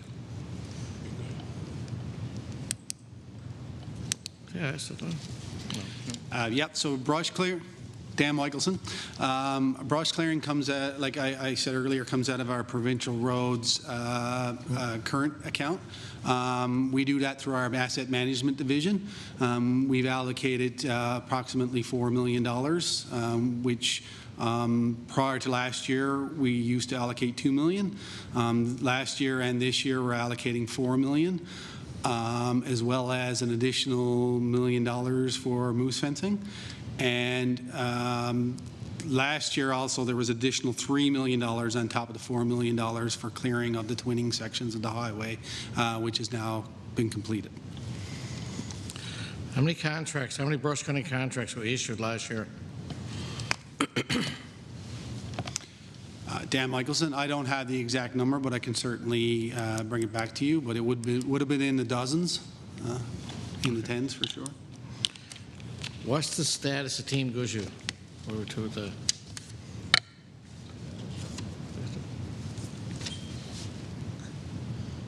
Fred Hutton. It's been chugging along pretty good all winter, believe it or not. I was just up there a couple of weeks ago myself and did an interview. There was absolutely no snow up there. The contractor who has been working through the winter to prepare it and getting ready for the paving aspect said that they lost most of November because of a heavy rain, and obviously trying to work in that condition is not good. Not because the workers don't want to be out there, because it just doesn't, it's not conducive to moving around equipment. And they lost part of February, which was our snowy month here on the Avalon Peninsula, but otherwise they've been working along. The one thing that I did say in the interview I did about it is that it will not, we're not going to change the anticipated completion date because the weather is unpredictable between now and then, and while they did get to work through the winter and do that grade work and get the road preparations done, we're still saying that it'll be the fall of 2026 when that road is open and complete. Thank you. But they did have a very good winter in terms of the ability to be able to work in more favorable conditions rather than having to, make their way around in 4 feet of snow, which they normally would a few years ago. Yeah, really. What about the twinning of the Trans-Canada Highway? Any update on that? So we've completed the RFQ process, and we're reviewing the proposals that came in. We have this summer, we will be analyzing them and trying to determine when we put out the RFP.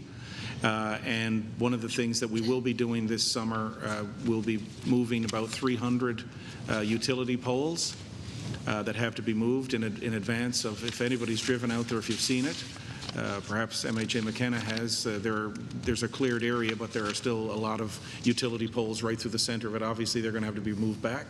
So outside of the cost of the twinning project, that's part of what we have to negotiate with the utilities to get those moved. And of course, there's also the fiber optic cable in some areas of the land that's been cleared that will also have to be moved so that it's not underneath the new part of the highway. So that's the plan for this summer, is to continue the engineering work and work on the RFP, but also to move those poles. That 300 poles is a pretty mammoth task. It is. And what about Canning Bridge, Minister? What's the Canning Bridge work has been continuing through the winter, and maybe Dan, you can, or Corey, want to pick that up from there. But work has been ongoing all winter as well. Yeah, so a lot of the preparation, civil work with the rock and everything is prepared. The contractor has ordered the temporary bridge, which is en route. So the plan this summer is to have the temporary bridge in place and functional. Design work continues on the permanent bridge, and we hope to be out to, or we will be out to tender on the permanent bridge within this fiscal year to start work on the permanent bridge next year. Thank you. A couple of general ones that are going to probably be on in the headings, but if you don't mind, just to... Sure. Go ahead. These are on school facilities, actually.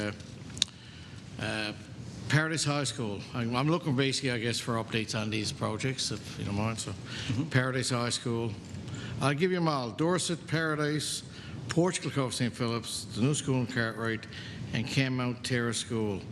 Is this still expected up in 2026? So I'll throw them all at you, and you can... So I can speak to some of this, and maybe Robin or Corey can jump in.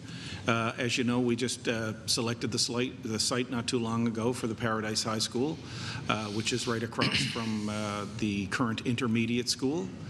And we are going through the process now of trying to figure out the design and the size of that school. I know that they're clearing land down at Portugal Cove St. Philip's and at the Beachy Cove High School, or not Beachy Cove, pardon me, the Portugal Cove St. Philip's High School. The Dorset Collegiate on Pilley's Island, the reconfiguration there, which is basically the amalgamation of two schools. One will, the smaller school will become a bigger school for everyone. That contract has been let, and I believe the work has already started. And the others you mentioned were Cartwright and Kenmount Terrace. Corey, do you want to take those? So, Corey Grandy, Cartwright tender has closed. We're in the evaluation stage. We expect an update on that in the weeks ahead in terms of contract award, but it has been tendered and closed.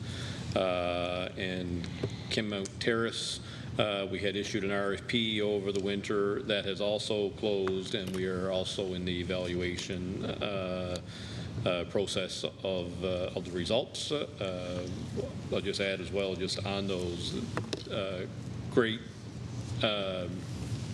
involvement from the great interest in the industry in terms of the number of bidders on all those projects. So still expected to open in September 26th?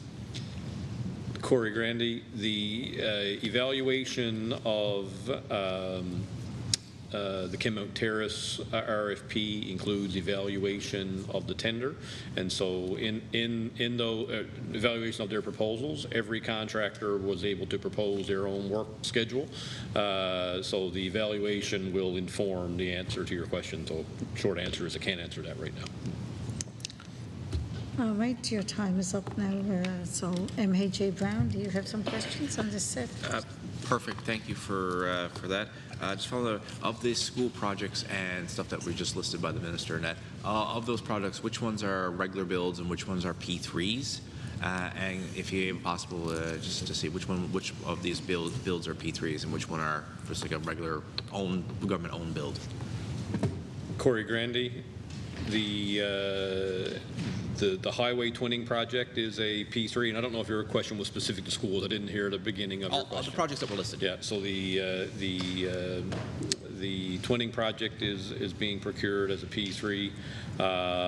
All of the school projects, none of those are P3. There's some of them are what we refer to as design, bid, build. That's the more traditional tender process.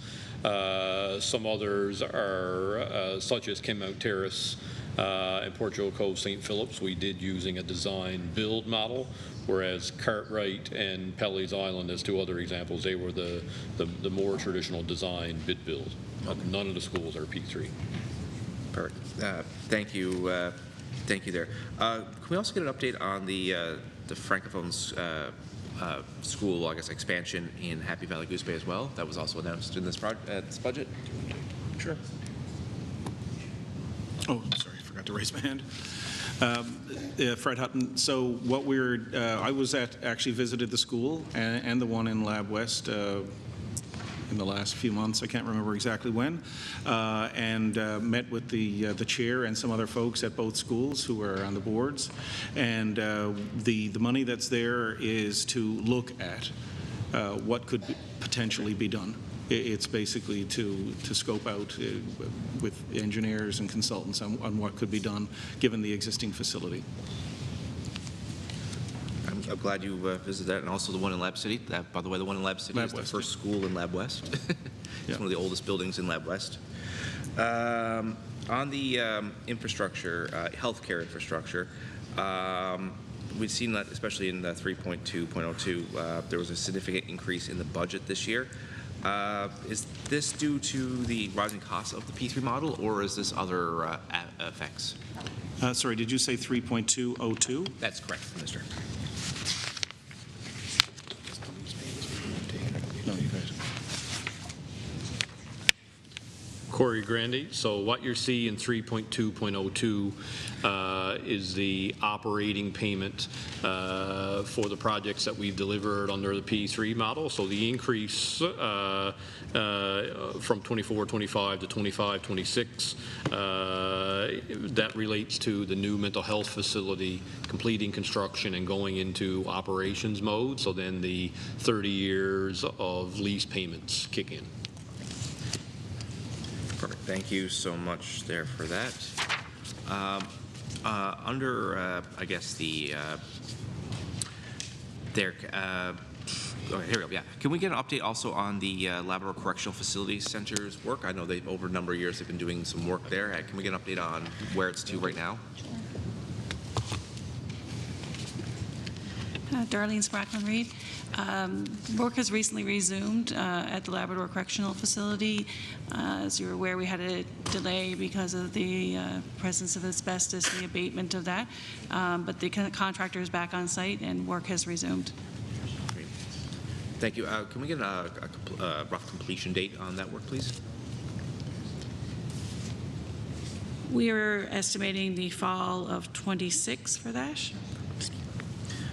Thank you. Can we get an update on the procurement process for the replacement for HMP and where we're to right there with that? I know it's been an up and down journey. Where we're to right now with it? Corey Grandy, we are near the end of the procurement process. There's not a whole lot more we can say tonight by way of update other than the proposal is in the process of being received from the proponent, and we've received that in a technical submission as well as a financial submission.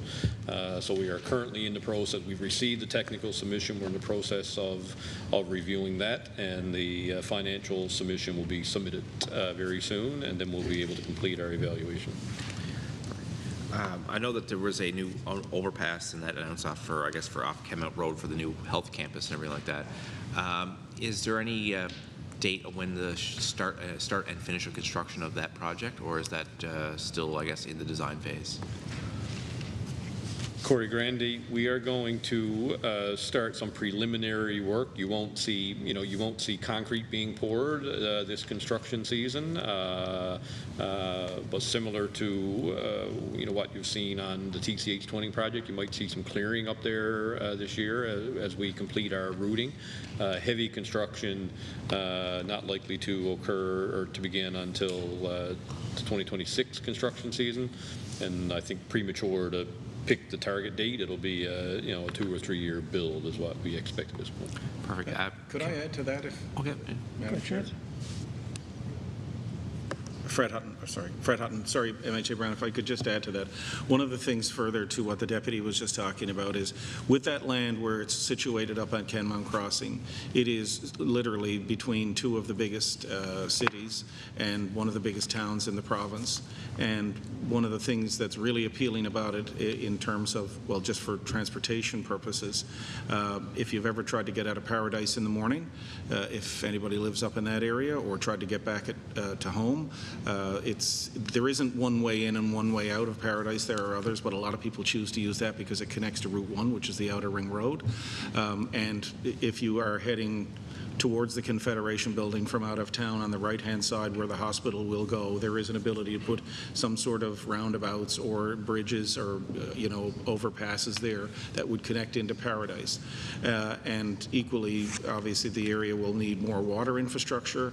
So I've struck a committee of the Deputy Minister and CEOs from the towns, the town of Paradise and the cities of Mount Pearl and St. John's. They meet regularly. I meet once a month month or once every 2 months with the mayors of those communities to talk about the potential for, while we're going to build a hospital there, how we can unlock the issues that Paradise faces with water needed for the other side of the Outer Ring Road to expand any development over there, but also the infrastructure for roads and the need for development in the Kenmount Terrace area in terms of more water and road infrastructure, and equally for Mount Pearl, who are desperately trying to expand as well. And if you've driven up Kenmount Road at any point in time in the last little while, you'll notice on the left-hand side past Capital or Avalon Ford, they've cleared just about all the land up there to continue to develop. So as the city moves out, we want to make sure that this is done as more of a regional approach that would help all those communities rather than just in a silo build a hospital and nothing else would be impacted. We'd rather have the ability to unlock some of those other problems that are there.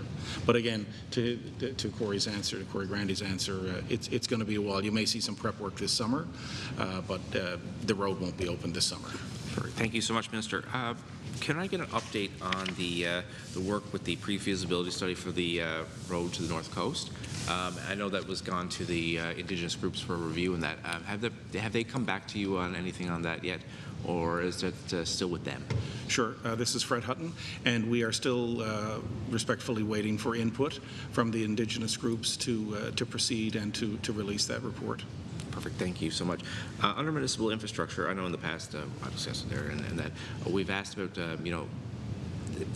adjusting the program that allowing municipalities that are facing growth issues to be able to apply and for more consideration for new builds and expansion of infrastructure and expansion of, I guess, services to accommodate that. I know it's been an issue in our region that has any consideration talking to larger municipalities that are experiencing growth on how to adjust the programs to allow them to do more with that kind of infrastructure money? I'm not sure if I completely understand your question, but I can tell you this, that we've met extensively with municipalities, Newfoundland and Labrador, over the last several months since my arrival in this portfolio. And as a matter of fact, prior to that, because they were really keen on my previous portfolio of housing as well. And one of the issues that some of the smaller municipalities face is they don't have the staff to apply for the funding to go through the, is this what you're getting at?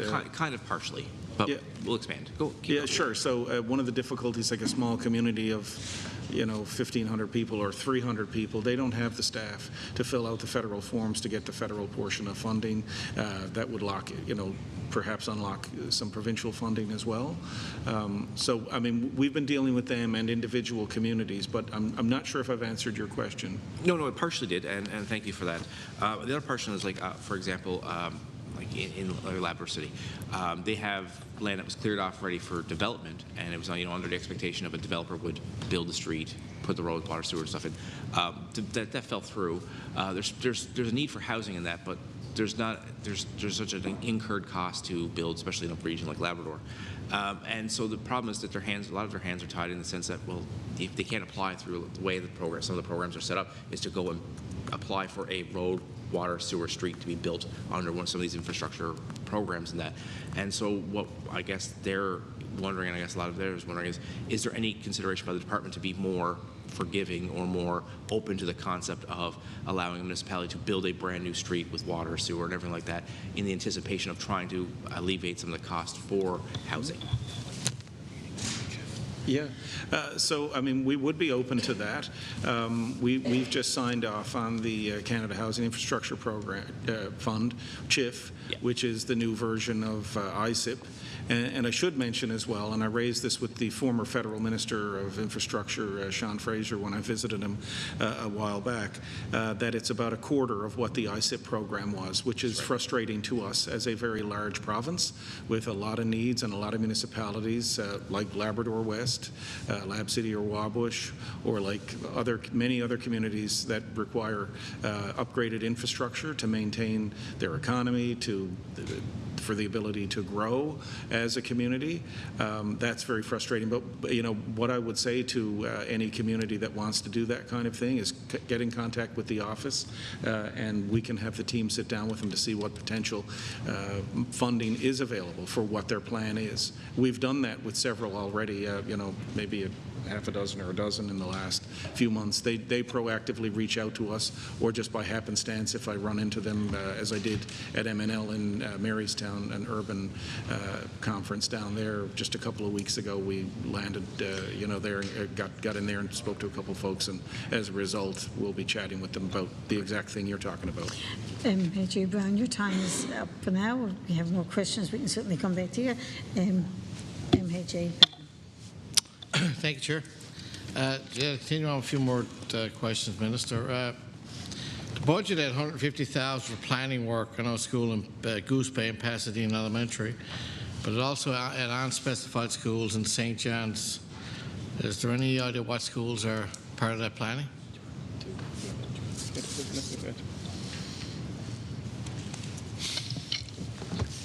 It's Corey Grandy. So we're going to take our lead from the Department of Education mostly on that. There are some concerns with capacity issues in some city schools. That's what that is trying to get at, is schools that have capacity. So we don't have a specific or a finite list of schools to look at, but we'll be doing our collaboration with the Department of Education and taking our lead from them and assisting. They identify the schools we're having pressures in, and we'll work with them then to do some analysis as to what solutions may be.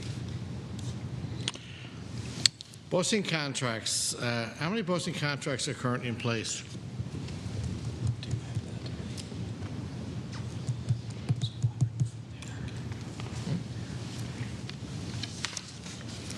I don't have a complete list here with me, but we can certainly get that for you. Robin Bursey, by the way. Sorry, I didn't hear. Yeah, I don't have the complete list with me here tonight, but I can certainly get that for you. Okay, thank you. Minister, you'll appreciate this question. It's not my question, but what's the status of the Trapassi breakwater? So, yeah. You know this question it is. We met with the town of Trapassi a while back. We agreed to do a study on what would need to be done in order to fix the issue, which is an ongoing issue down there because of the geography and the changing climate. There was something done after Hurricane Larry, was it? Earl or Larry. It was damaged a couple of years ago. It was fixed. There was another storm. There's been another problem. Obviously, weather is changing in this province. We don't have winters like we used to have. We now have more, it seems we have a lot more rain and strong winds. And, growing up, we didn't have hurricane season or pay as much attention to it as we now, since we now do. But we're in the middle of doing a study to figure out what, is the study finished now? I think it is, yeah. It's completed. And we're reviewing it with a view to what is actually going to have to be done in order to stop this from happening repeatedly. Minister, but happy to work with the town and have been working with the town. Okay, thank you. Minister, in February, CBC reported issues with, infrastructure and capacity issues with the youth centre in Whitburn. Has there been any actions taken to repair that facility?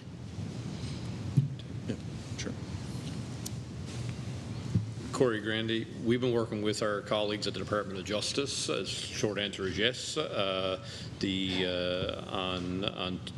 So there's 3 different buildings with 2 housing units each in the buildings out there. One of those housing units was taken out of commission several years ago, so it leaves a total of 4. So the other 4 units in 2 buildings. The main issue there is the roof needs to be replaced. Our staff are completing a design now for a tender to replace the roof, and it's not, I wish it was, but it's not a simple shingled roof, so it's a fairly involved project, and it's going to be an expensive one to implement, but we'll be issuing a tender for that later this year, and then once the work is complete on the roof, we'll be able to conduct some repairs on the inside, but 3, I think, of those 4 units are operating now. So capacity has obviously been reduced as a result of these conditions, correct? There is, Corey Grandy, there is one living unit that is not usable at this time, is our understanding. There's a unit 3 was reported that was without water. Has that been fixed? Can you repeat that? I said, this is based on a report. There was a unit 3 that was had no water. Has that issue been fixed? I think Unit 3. Yeah, so water infiltration, making sure I'm not misunderstanding the question, water infiltration through the roof is a problem, but if water sounds like water supply, that has been rectified to the best. Yeah, it was water supply, yeah. Okay. Okay. So, back to the... So under health and infrastructure, healthcare infrastructure under 3.2.02, what's the status of the Downtown Health and Wellness Centre? Has the site been secured? And is it operational? What are the timelines, I guess, in a nutshell? Corey Grant, did you say the Downtown Health and Wellness Center? So the site has been selected as the former Gray site. The project development for that has been mostly led by the Health Authority. Now that is moving over to us now to execute as a project, and that is the stage we're at now, is taking their concept and bringing it to fruition. So we are expecting some activity on that site later this year in this construction season.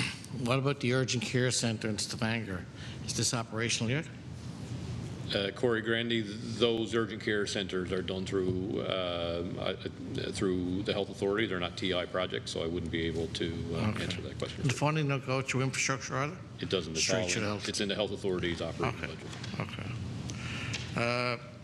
And the same thing for the ambulatory care hub? Same, is that health or is That's that? the Health Authority. Okay. We're going to go quick through these. So all these are health ones, yeah. So I may not have any more right now.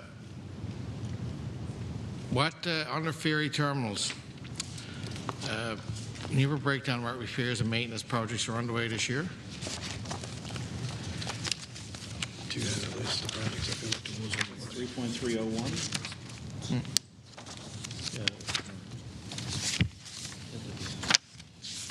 Is it 3301? Yeah. 3301. 3301.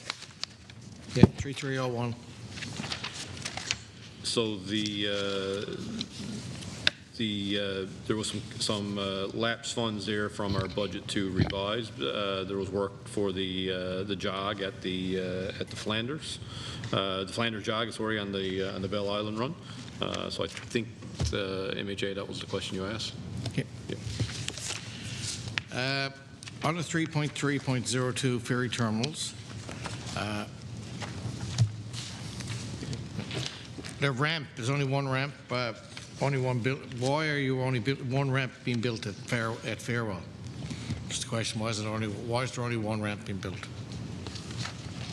Well, that's a historical question.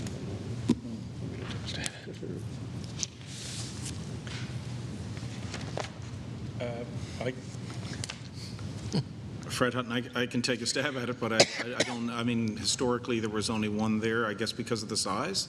Are you talking about the one at Change Islands? Or the one in Farewell? Yeah, the mobile ramps. Oh. I'm sorry, I missed the... You can fill in if you want to. Are you talking about the temporary ramp, or? The temporary ones you were supposed to put in. Oh, sure. Right, okay. Sorry, I thought you meant the actual berth for the boats, but because of the different sizes of boats that are used, be it the Veteran, be it the Sound of Islay, Flanders or Beaumont Hamel, or the Kayak W, or is it the Comatic? The Comatic, sorry, the Kayak is the one across the strait. And because of the timing of day and the levels of water, it would be impossible for all those boats to be able to get on the one side, on the Farewell side. On the other side, the Fogo side, there's two jogs. So we can put one there, and we know that at one point in time, any of those boats can go in without the ramp, the movable ramp. MHA. And we did that in consultation with, sorry. So you're going to put one on the Fairwell side or the Fogo Island side, I'm sorry, right? That is correct. Because there's another option there for that is smaller correct. vessels, okay. Yes. So what happens when the big, large transport trucks gets on Fogo Island side and they can load there, but yet when you get to Fairwell, they can't get off because there's no ramp there to accommodate the tide, up and down tide? Well, they are still, sorry, Fred Hutton, they are still able to get off. It just takes a little bit longer. With the removable ramp that we are designing, or well, we're not designing, that the company's bringing in, it will mitigate the amount of time getting on, at least on the Fogo side, and then on the Fairwell side, it will, unfortunately, they still take a little bit longer, but they can still do it. So we're still going to have problems there with regards to tide and winds, like we did today, right? The crossings were cancelled on crossings today for the same reason. What's the status of that mobile ramp?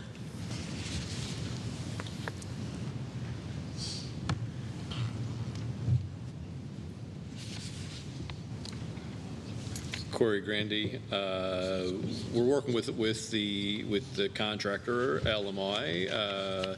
Last update I had as of last week, we were waiting for them to complete their engineering drawings. They had a concept, but they're executing that work, and we're still waiting and putting as much pressure as we can on them to get that in place. All right, your time is up now, MHA McKenna. MHA Brown, do you have any further questions? Not for this section. No. That's for this section. All right. MHA Patton's going to speak now? Okay. Yep. Go ahead. More in this section, yeah. Under municipal infrastructure 3.4.01, what portion of municipal capital works funding has been carried over? Was that a challenge as well?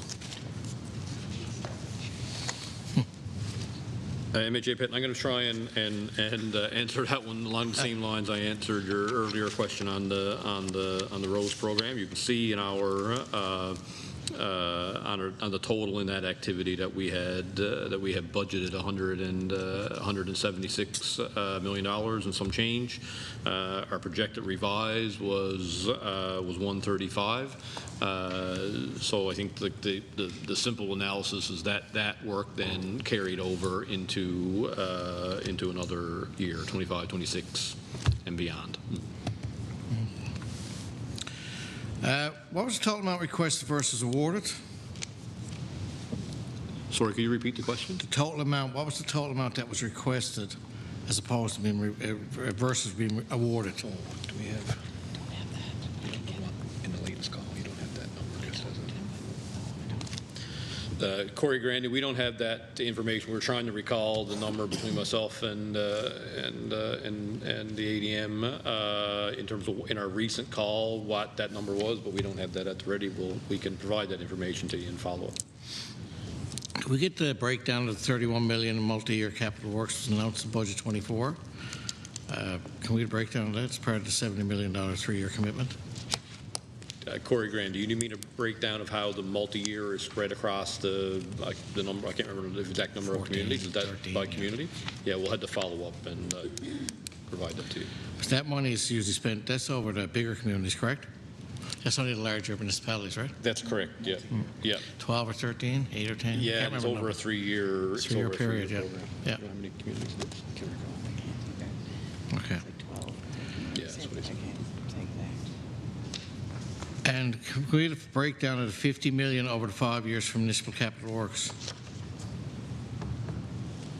Corey Grandy, again, that's a list that we'd have to provide. Yeah. Okay. What's the status of multiplex at Galway?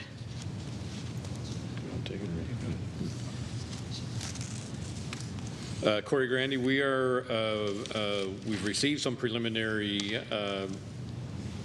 Sorry, I said to make sure I was thinking of the right project when you said that multiplex at Galway. Yes, so we received some concepts from the consultant. We awarded the contract last year, and we're still considering the scope and cost that came in with that. So work is ongoing. What about the rehabilitation dome at Kemmel Crossing? Is that a healthcare project as well? Corey Grandy, note, so it's for the most, the funds for that actually, you won't see it in any of our activities here because the funds for that had already been transferred to the Newfoundland Sports Center, Crown Corp under TCAR. So we've been assisting the Newfoundland Sports Center in that procurement. So we have a consultant that's been doing some design work, and then the contract is being awarded and signed by the Newfoundland Sports Center. So it's a little bit of a sports center project that TI is assisting in is the best way I could describe that. That's it for that section from me, Chair. That's it for that section. I'll ask the clerk to call the subheadings, please.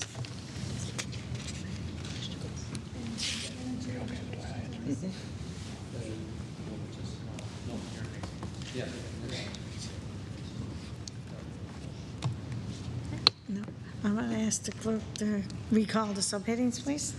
3.1.01 to 3.4.01 inclusive infrastructure. Shell 3.1.01 to 3.4.04. All those in favor? All those against? Carried. I'm going to ask now for a short break. We're going to take maybe a 5-minute break, and we will come back in 5 minutes to resume estimates. Okay, thank you, Chair.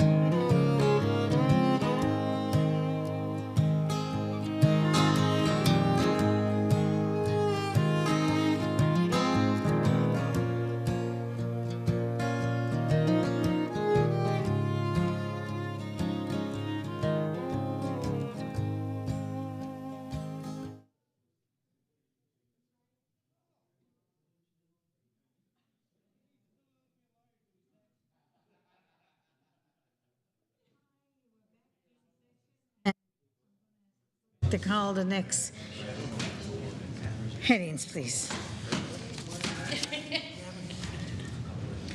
4.1.01 to 4.2.02 inclusive, air and marine services. 4.1.01 to 4.2.02, air and marine services, and MHA McKenna. Thank you, Chair. Minister, what is the ferry plan for Fogo Island, Change Islands and Bell Island this coming summer season? Fred Hutton, thank you for the question, MHA McKenna. As you know, both the Veteran and the Legionnaire are having their engines replaced. The Veteran is finished. The Legionnaire is still at Bull Arm. Currently, just for the record, I'll state that the Labrador Marine ferries are both at the Fogo Change Islands run, the Astron and the Kamatuk. And right now, the Veteran is with the Flanders, is that correct? At Bell Island. The Beaumont is having its ramp repaired at St. John's Dockyard. And the Kamatuk is expected to have to go back to Labrador to do the North Coast run.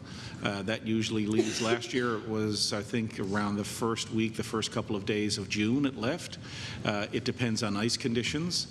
We managed to keep it down there a little bit longer this year through December because ice conditions didn't move in. We're still working on the plan as to when the Legionnaire will have its engines replaced and the other remediation work that it has to have done to it at Bull Arm.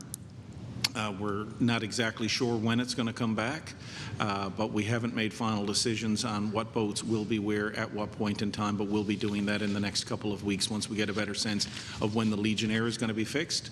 But the boats that we will be working with are the ones that I just referenced, minus the Kamatuk, which goes back to the Labrador Coast run in early June, or very late May or early June, sir. Okay. Thank you. Will the Sound of LA continue to service Change Islands solely? The Astron is there right now because the the Sound of LA had to go to Long Island for a little while one of those vessels had to come out for refit. And as you know, through the winter months, we kept that boat there. Normally, there would only be one boat on the Fogo Change Islands Farewell run during the winter months.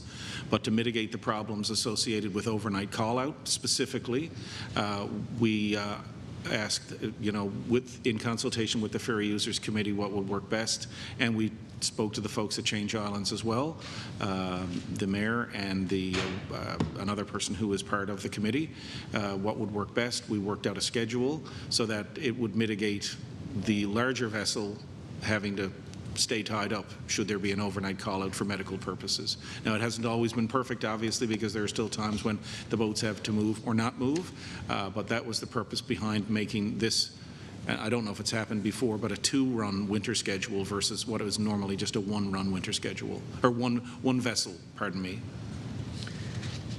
Okay, thanks. Which vessel will do the larger run for Fogo Island to Firral? Pardon me? Which larger vessel, which vessel will do the larger run from Fogo Island to Firral? Like which of the largest boats for the summer? Kamatuk. So you don't know that yet, basically. No, the Kamatuk is, for the summer months after June when the Kamatuk goes back to Labrador? Yes. Well, the Veteran, we're hoping to have the Legionnaire back sooner than, the end of the summer, obviously. So we will make the decision within the coming weeks once we know when the boat is going to be back. So what is the short-term plan to address lineups and delays right now?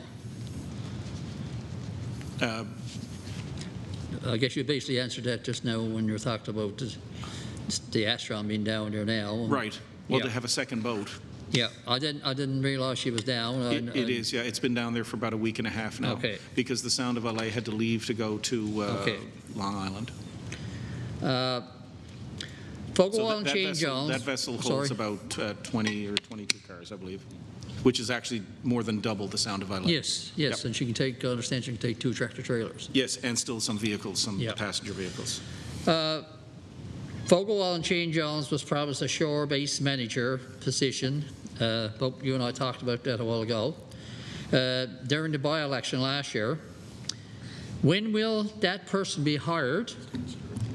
Will it be an appointment or a public application process? That final decision hasn't been made, but we're going to be chatting again with the Fogo Island Change Islands Ferry Users Committee in the next little while to look at that and to look at the potential. I met with the Shorefast Foundation when I was in Fogo back in the fall to talk about that. They thought that that was going to be a great idea as well, to have somebody there. The way it's worked on the Portugal Cove side of the Bell Island Portugal Cove run, it has been great. It allows us to have an extra person there. I mean, the folks who are working the boats are keeping an eye on the boats and keeping an eye on the people who are trying to get on and off. But we also want to make sure that, and the other staff are on site, of course, watching traffic. Yeah, and also be great for communications But as well. it's for communications and customer service, sure. which is basically what has been happening on the Portugal Cove side. We've had great feedback on it, and I think that the folks in your district would probably appreciate it as well. Not just the folks who live there, but the many tourists who go back and forth. Absolutely. Yep. What vessels will undergo refits this year? And what is the contingency plan if other boats break down?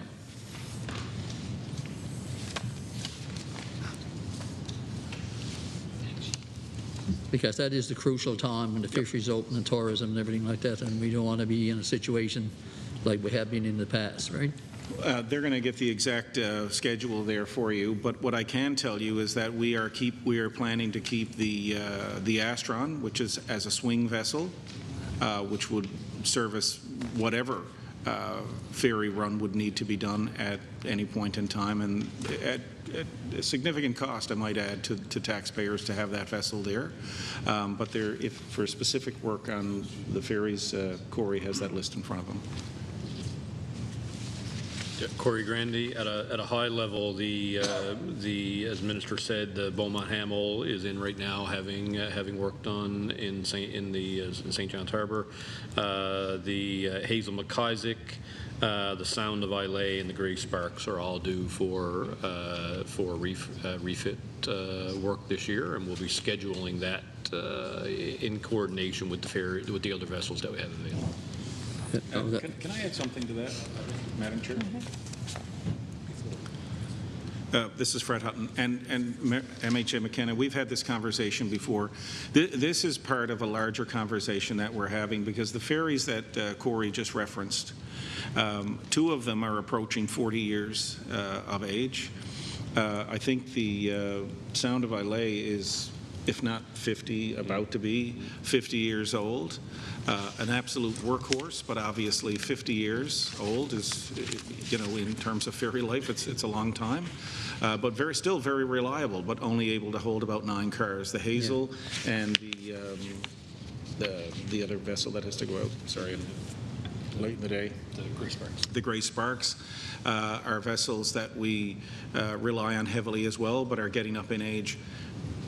So it's part of a larger conversation of how do we, and the two that we have, the Veteran and the Legionnaire, we've spent almost $30 million in repairs on vessels that are 10 years old. And I've said this publicly before, that at a certain point in time, we've got to figure out, are those the vessels we're going to keep and continue to put money in? Similarly, if you buy a car and it's always in the garage, you wonder, am I going to continue to spend money on this car? Or am I going to, go and get a new one and sell this and maybe I don't know what the answer is right now, but with the fleet that we have, and many of them approaching 40 years old, one of them is 50, a couple are 10 years old, 11 years old almost, and requiring so much maintenance. We're still having a very close look at where we go in the future, a longer term plan versus trying to just sort of plug holes from time to time. Understood. That was the next question. Is the government considering the purchase of new vessels? Yeah, it's all part of a larger discussion.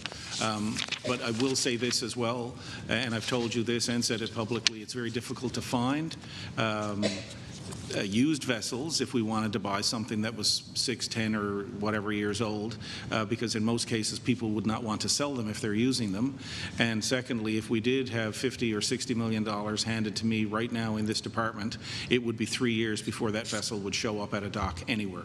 It takes a long time. It's not something that you can just, you know, run up to Kenmount Road and buy a new truck like that. I know you know that. It's a very detailed thing, and we would want to make sure that we do it right this time, so that we're not buying ferries and bringing them down to a dock that they don't even fit, which was the case with the Veteran and the Legionnaire. Okay, I'm going to move to 4201, government-operated aircraft. Sorry, 4201, sir? Yeah. Okay. Is the 5th water bomber operational? If not, what are the repair timelines, and will it be available for this fire season? So we have just signed the contract with the company that's going to repair it. What has to be done at this stage is the aircraft is in Gander. I've actually physically seen it myself and seen the damage to the, I guess, the underbelly of the boat, if that's what, or the aircraft, if you will, the bottom part which scraped off the shoreline or the bottom of the pond that it landed on. It's quite significant. There also has to be some other upgrades done to that vessel. What we need to, or that aircraft, sorry. What we need to do is do the repair work out there, which will allow Transport Canada to give the clearance for the pilots to fly it to St. John's, where the actual repair work, the final repair work, will be done.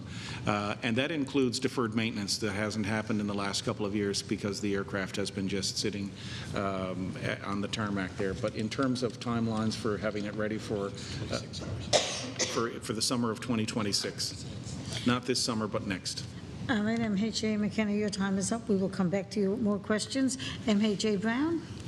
Perfect. Can I get a, thank you, Chair. Thank you. Can I get a breakdown of the cost for the contract for the 2025 season for the North Coast run and the Strait of Belle Isle run for their contracts with the proprietor? For the ferries? Yep, for the ferries. What is the operating cost that will cost government this year?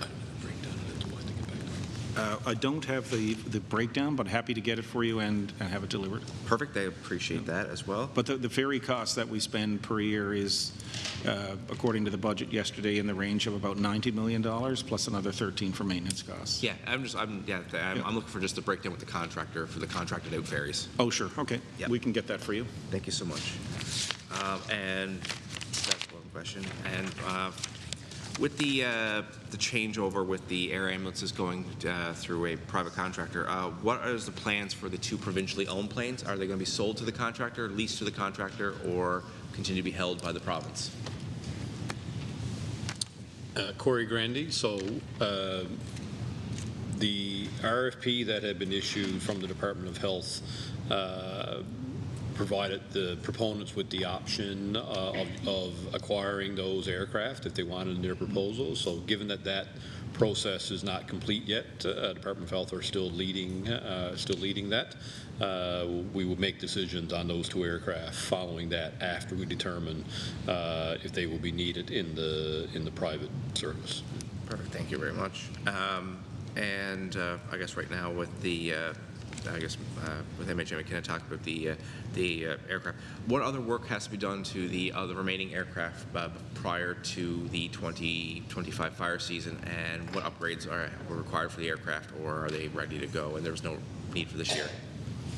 Corey Grandy. So, through the winter season, it's the regular, this downtime is the time for the, in my non-aviation words, I'll say the regular upkeep of those planes. So they will be ready. Those 4 tankers will be ready for the 25 season.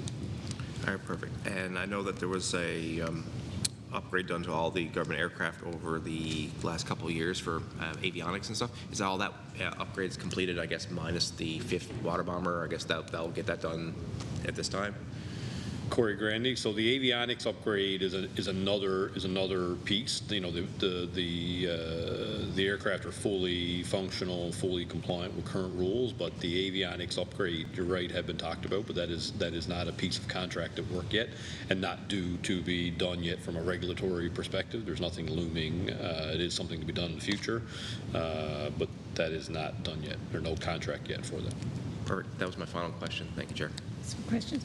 MHA Benton? I got just a couple of 3 questions, actually, general questions, and I think that might be it for us. Minister, there's a $9 million increase in purchase services with provincial buildings. Was that because of 3P projects? Can you ask him? What activity are you in? Sorry, could you repeat the question? Yeah, the general question, actually, they got missed in the shuffle earlier there. It would be under 2.3.01. I know we already voted on it, but the general question is basically, is there a $9 million increase in purchase services? I'm wondering, is this because of the 3P projects, or I guess I'm wondering why is it? What is it? 2301? Yep.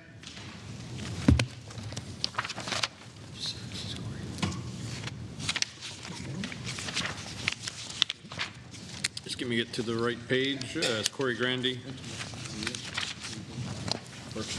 Yeah, so again, 2.3.01 provincial buildings. No, so that is not the P3 project. You'll see that under a different activity. It's in the 3 series. But the $9 million there is due to inflationary pressures on items such as NL power bills, service contracts, which includes HVAC servicing, snow clearing, garbage collection, as well as building leases. And so that is that activity is for all government-owned properties as well as government leases that TI administers on behalf of all government, all core government. Yeah, they're not the only ones with problems with the power bills, yeah? Well, you're not the only ones with trouble with your power bills. Stephenville Crossing, why was that chosen over Stephenville itself for the courthouse?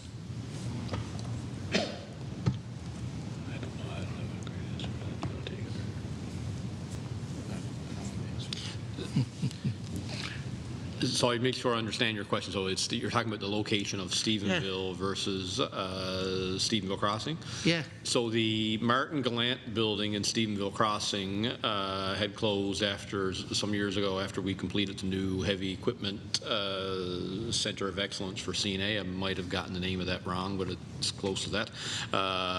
And so the Martin Gallant building had been unoccupied.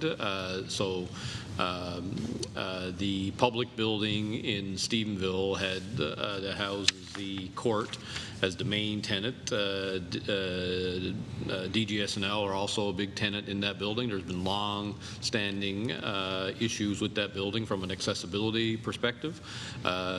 So we knew and there had been work 10 plus years ago, I guess, on a possible replacement for the court. And then in parallel with that, at the same time, we have a vacant building in Stephenville, Crossing that we wanted to make use of. So the 2 things came together, and our staff put together a plan to revitalize that the Martin Gallant building and make it the new public building for the area. Again, the court will be the main tenant, and DGS&L and their service center is another main tenant, and then there are TI occupy some space. I think environment and conservation, some small spaces there as well. So. What's the status of the Atlantic Fire Center in Gander? Corey Grandy, we just recently awarded a contract following an RFP process. I think the name of the company was Resource Planning Group, if my memory is correct. Just in the last several weeks, and the scope of work for that RFP was a planning exercise to develop a functional plan for the Atlantic Wildfire Center. So they're just starting that work now. So there's some weeks and months ahead as we talk to stakeholders as to what would comprise that, and we would build a project scope and budget following that activity. How much was that RFP for? What value? We'll have to follow up MHA. It's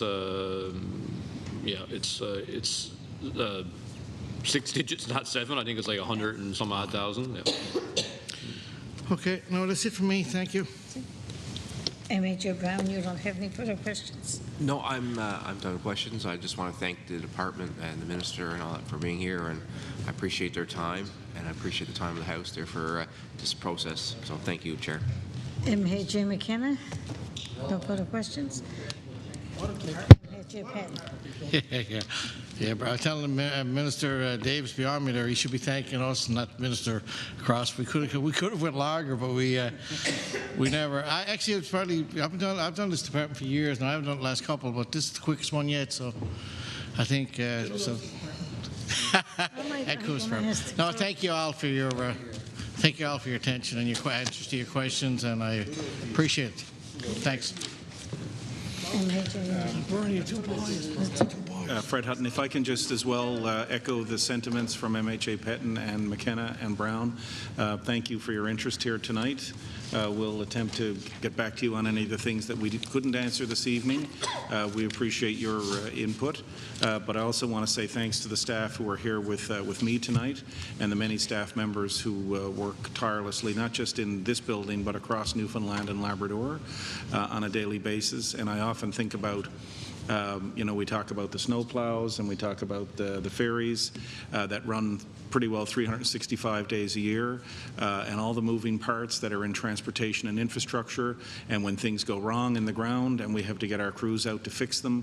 These are the folks who are, when we're at home in the mornings, when school is canceled or whatever, or they're wanting to get to school, these are the folks who are out in the dangerous conditions at night, and I've chatted with them, so just want to publicly thank the staff who work across Newfoundland and Labrador in this department, and all the folks who help put this information together tonight, and to you as well, Chair and Clerk. Thank you.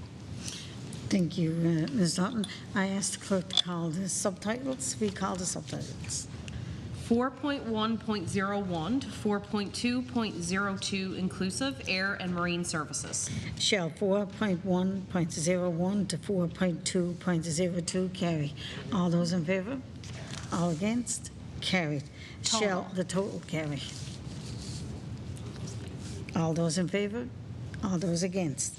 Shall I report the estimates of the Department of Transportation and Infrastructure? Carried. All those in favor? Against? Carried. And I also want to thank the minister and all the officials, and especially the clerk, for keeping us all on track here this evening. The date of the next meeting is Monday at 9 a.m. and it's Labrador Affairs. And I will ask for a motion to adjourn. Moved by MHA Studley, second by MHA McKenna. All those in favor? All those against? Carried. Have a good evening. Thank you again for coming.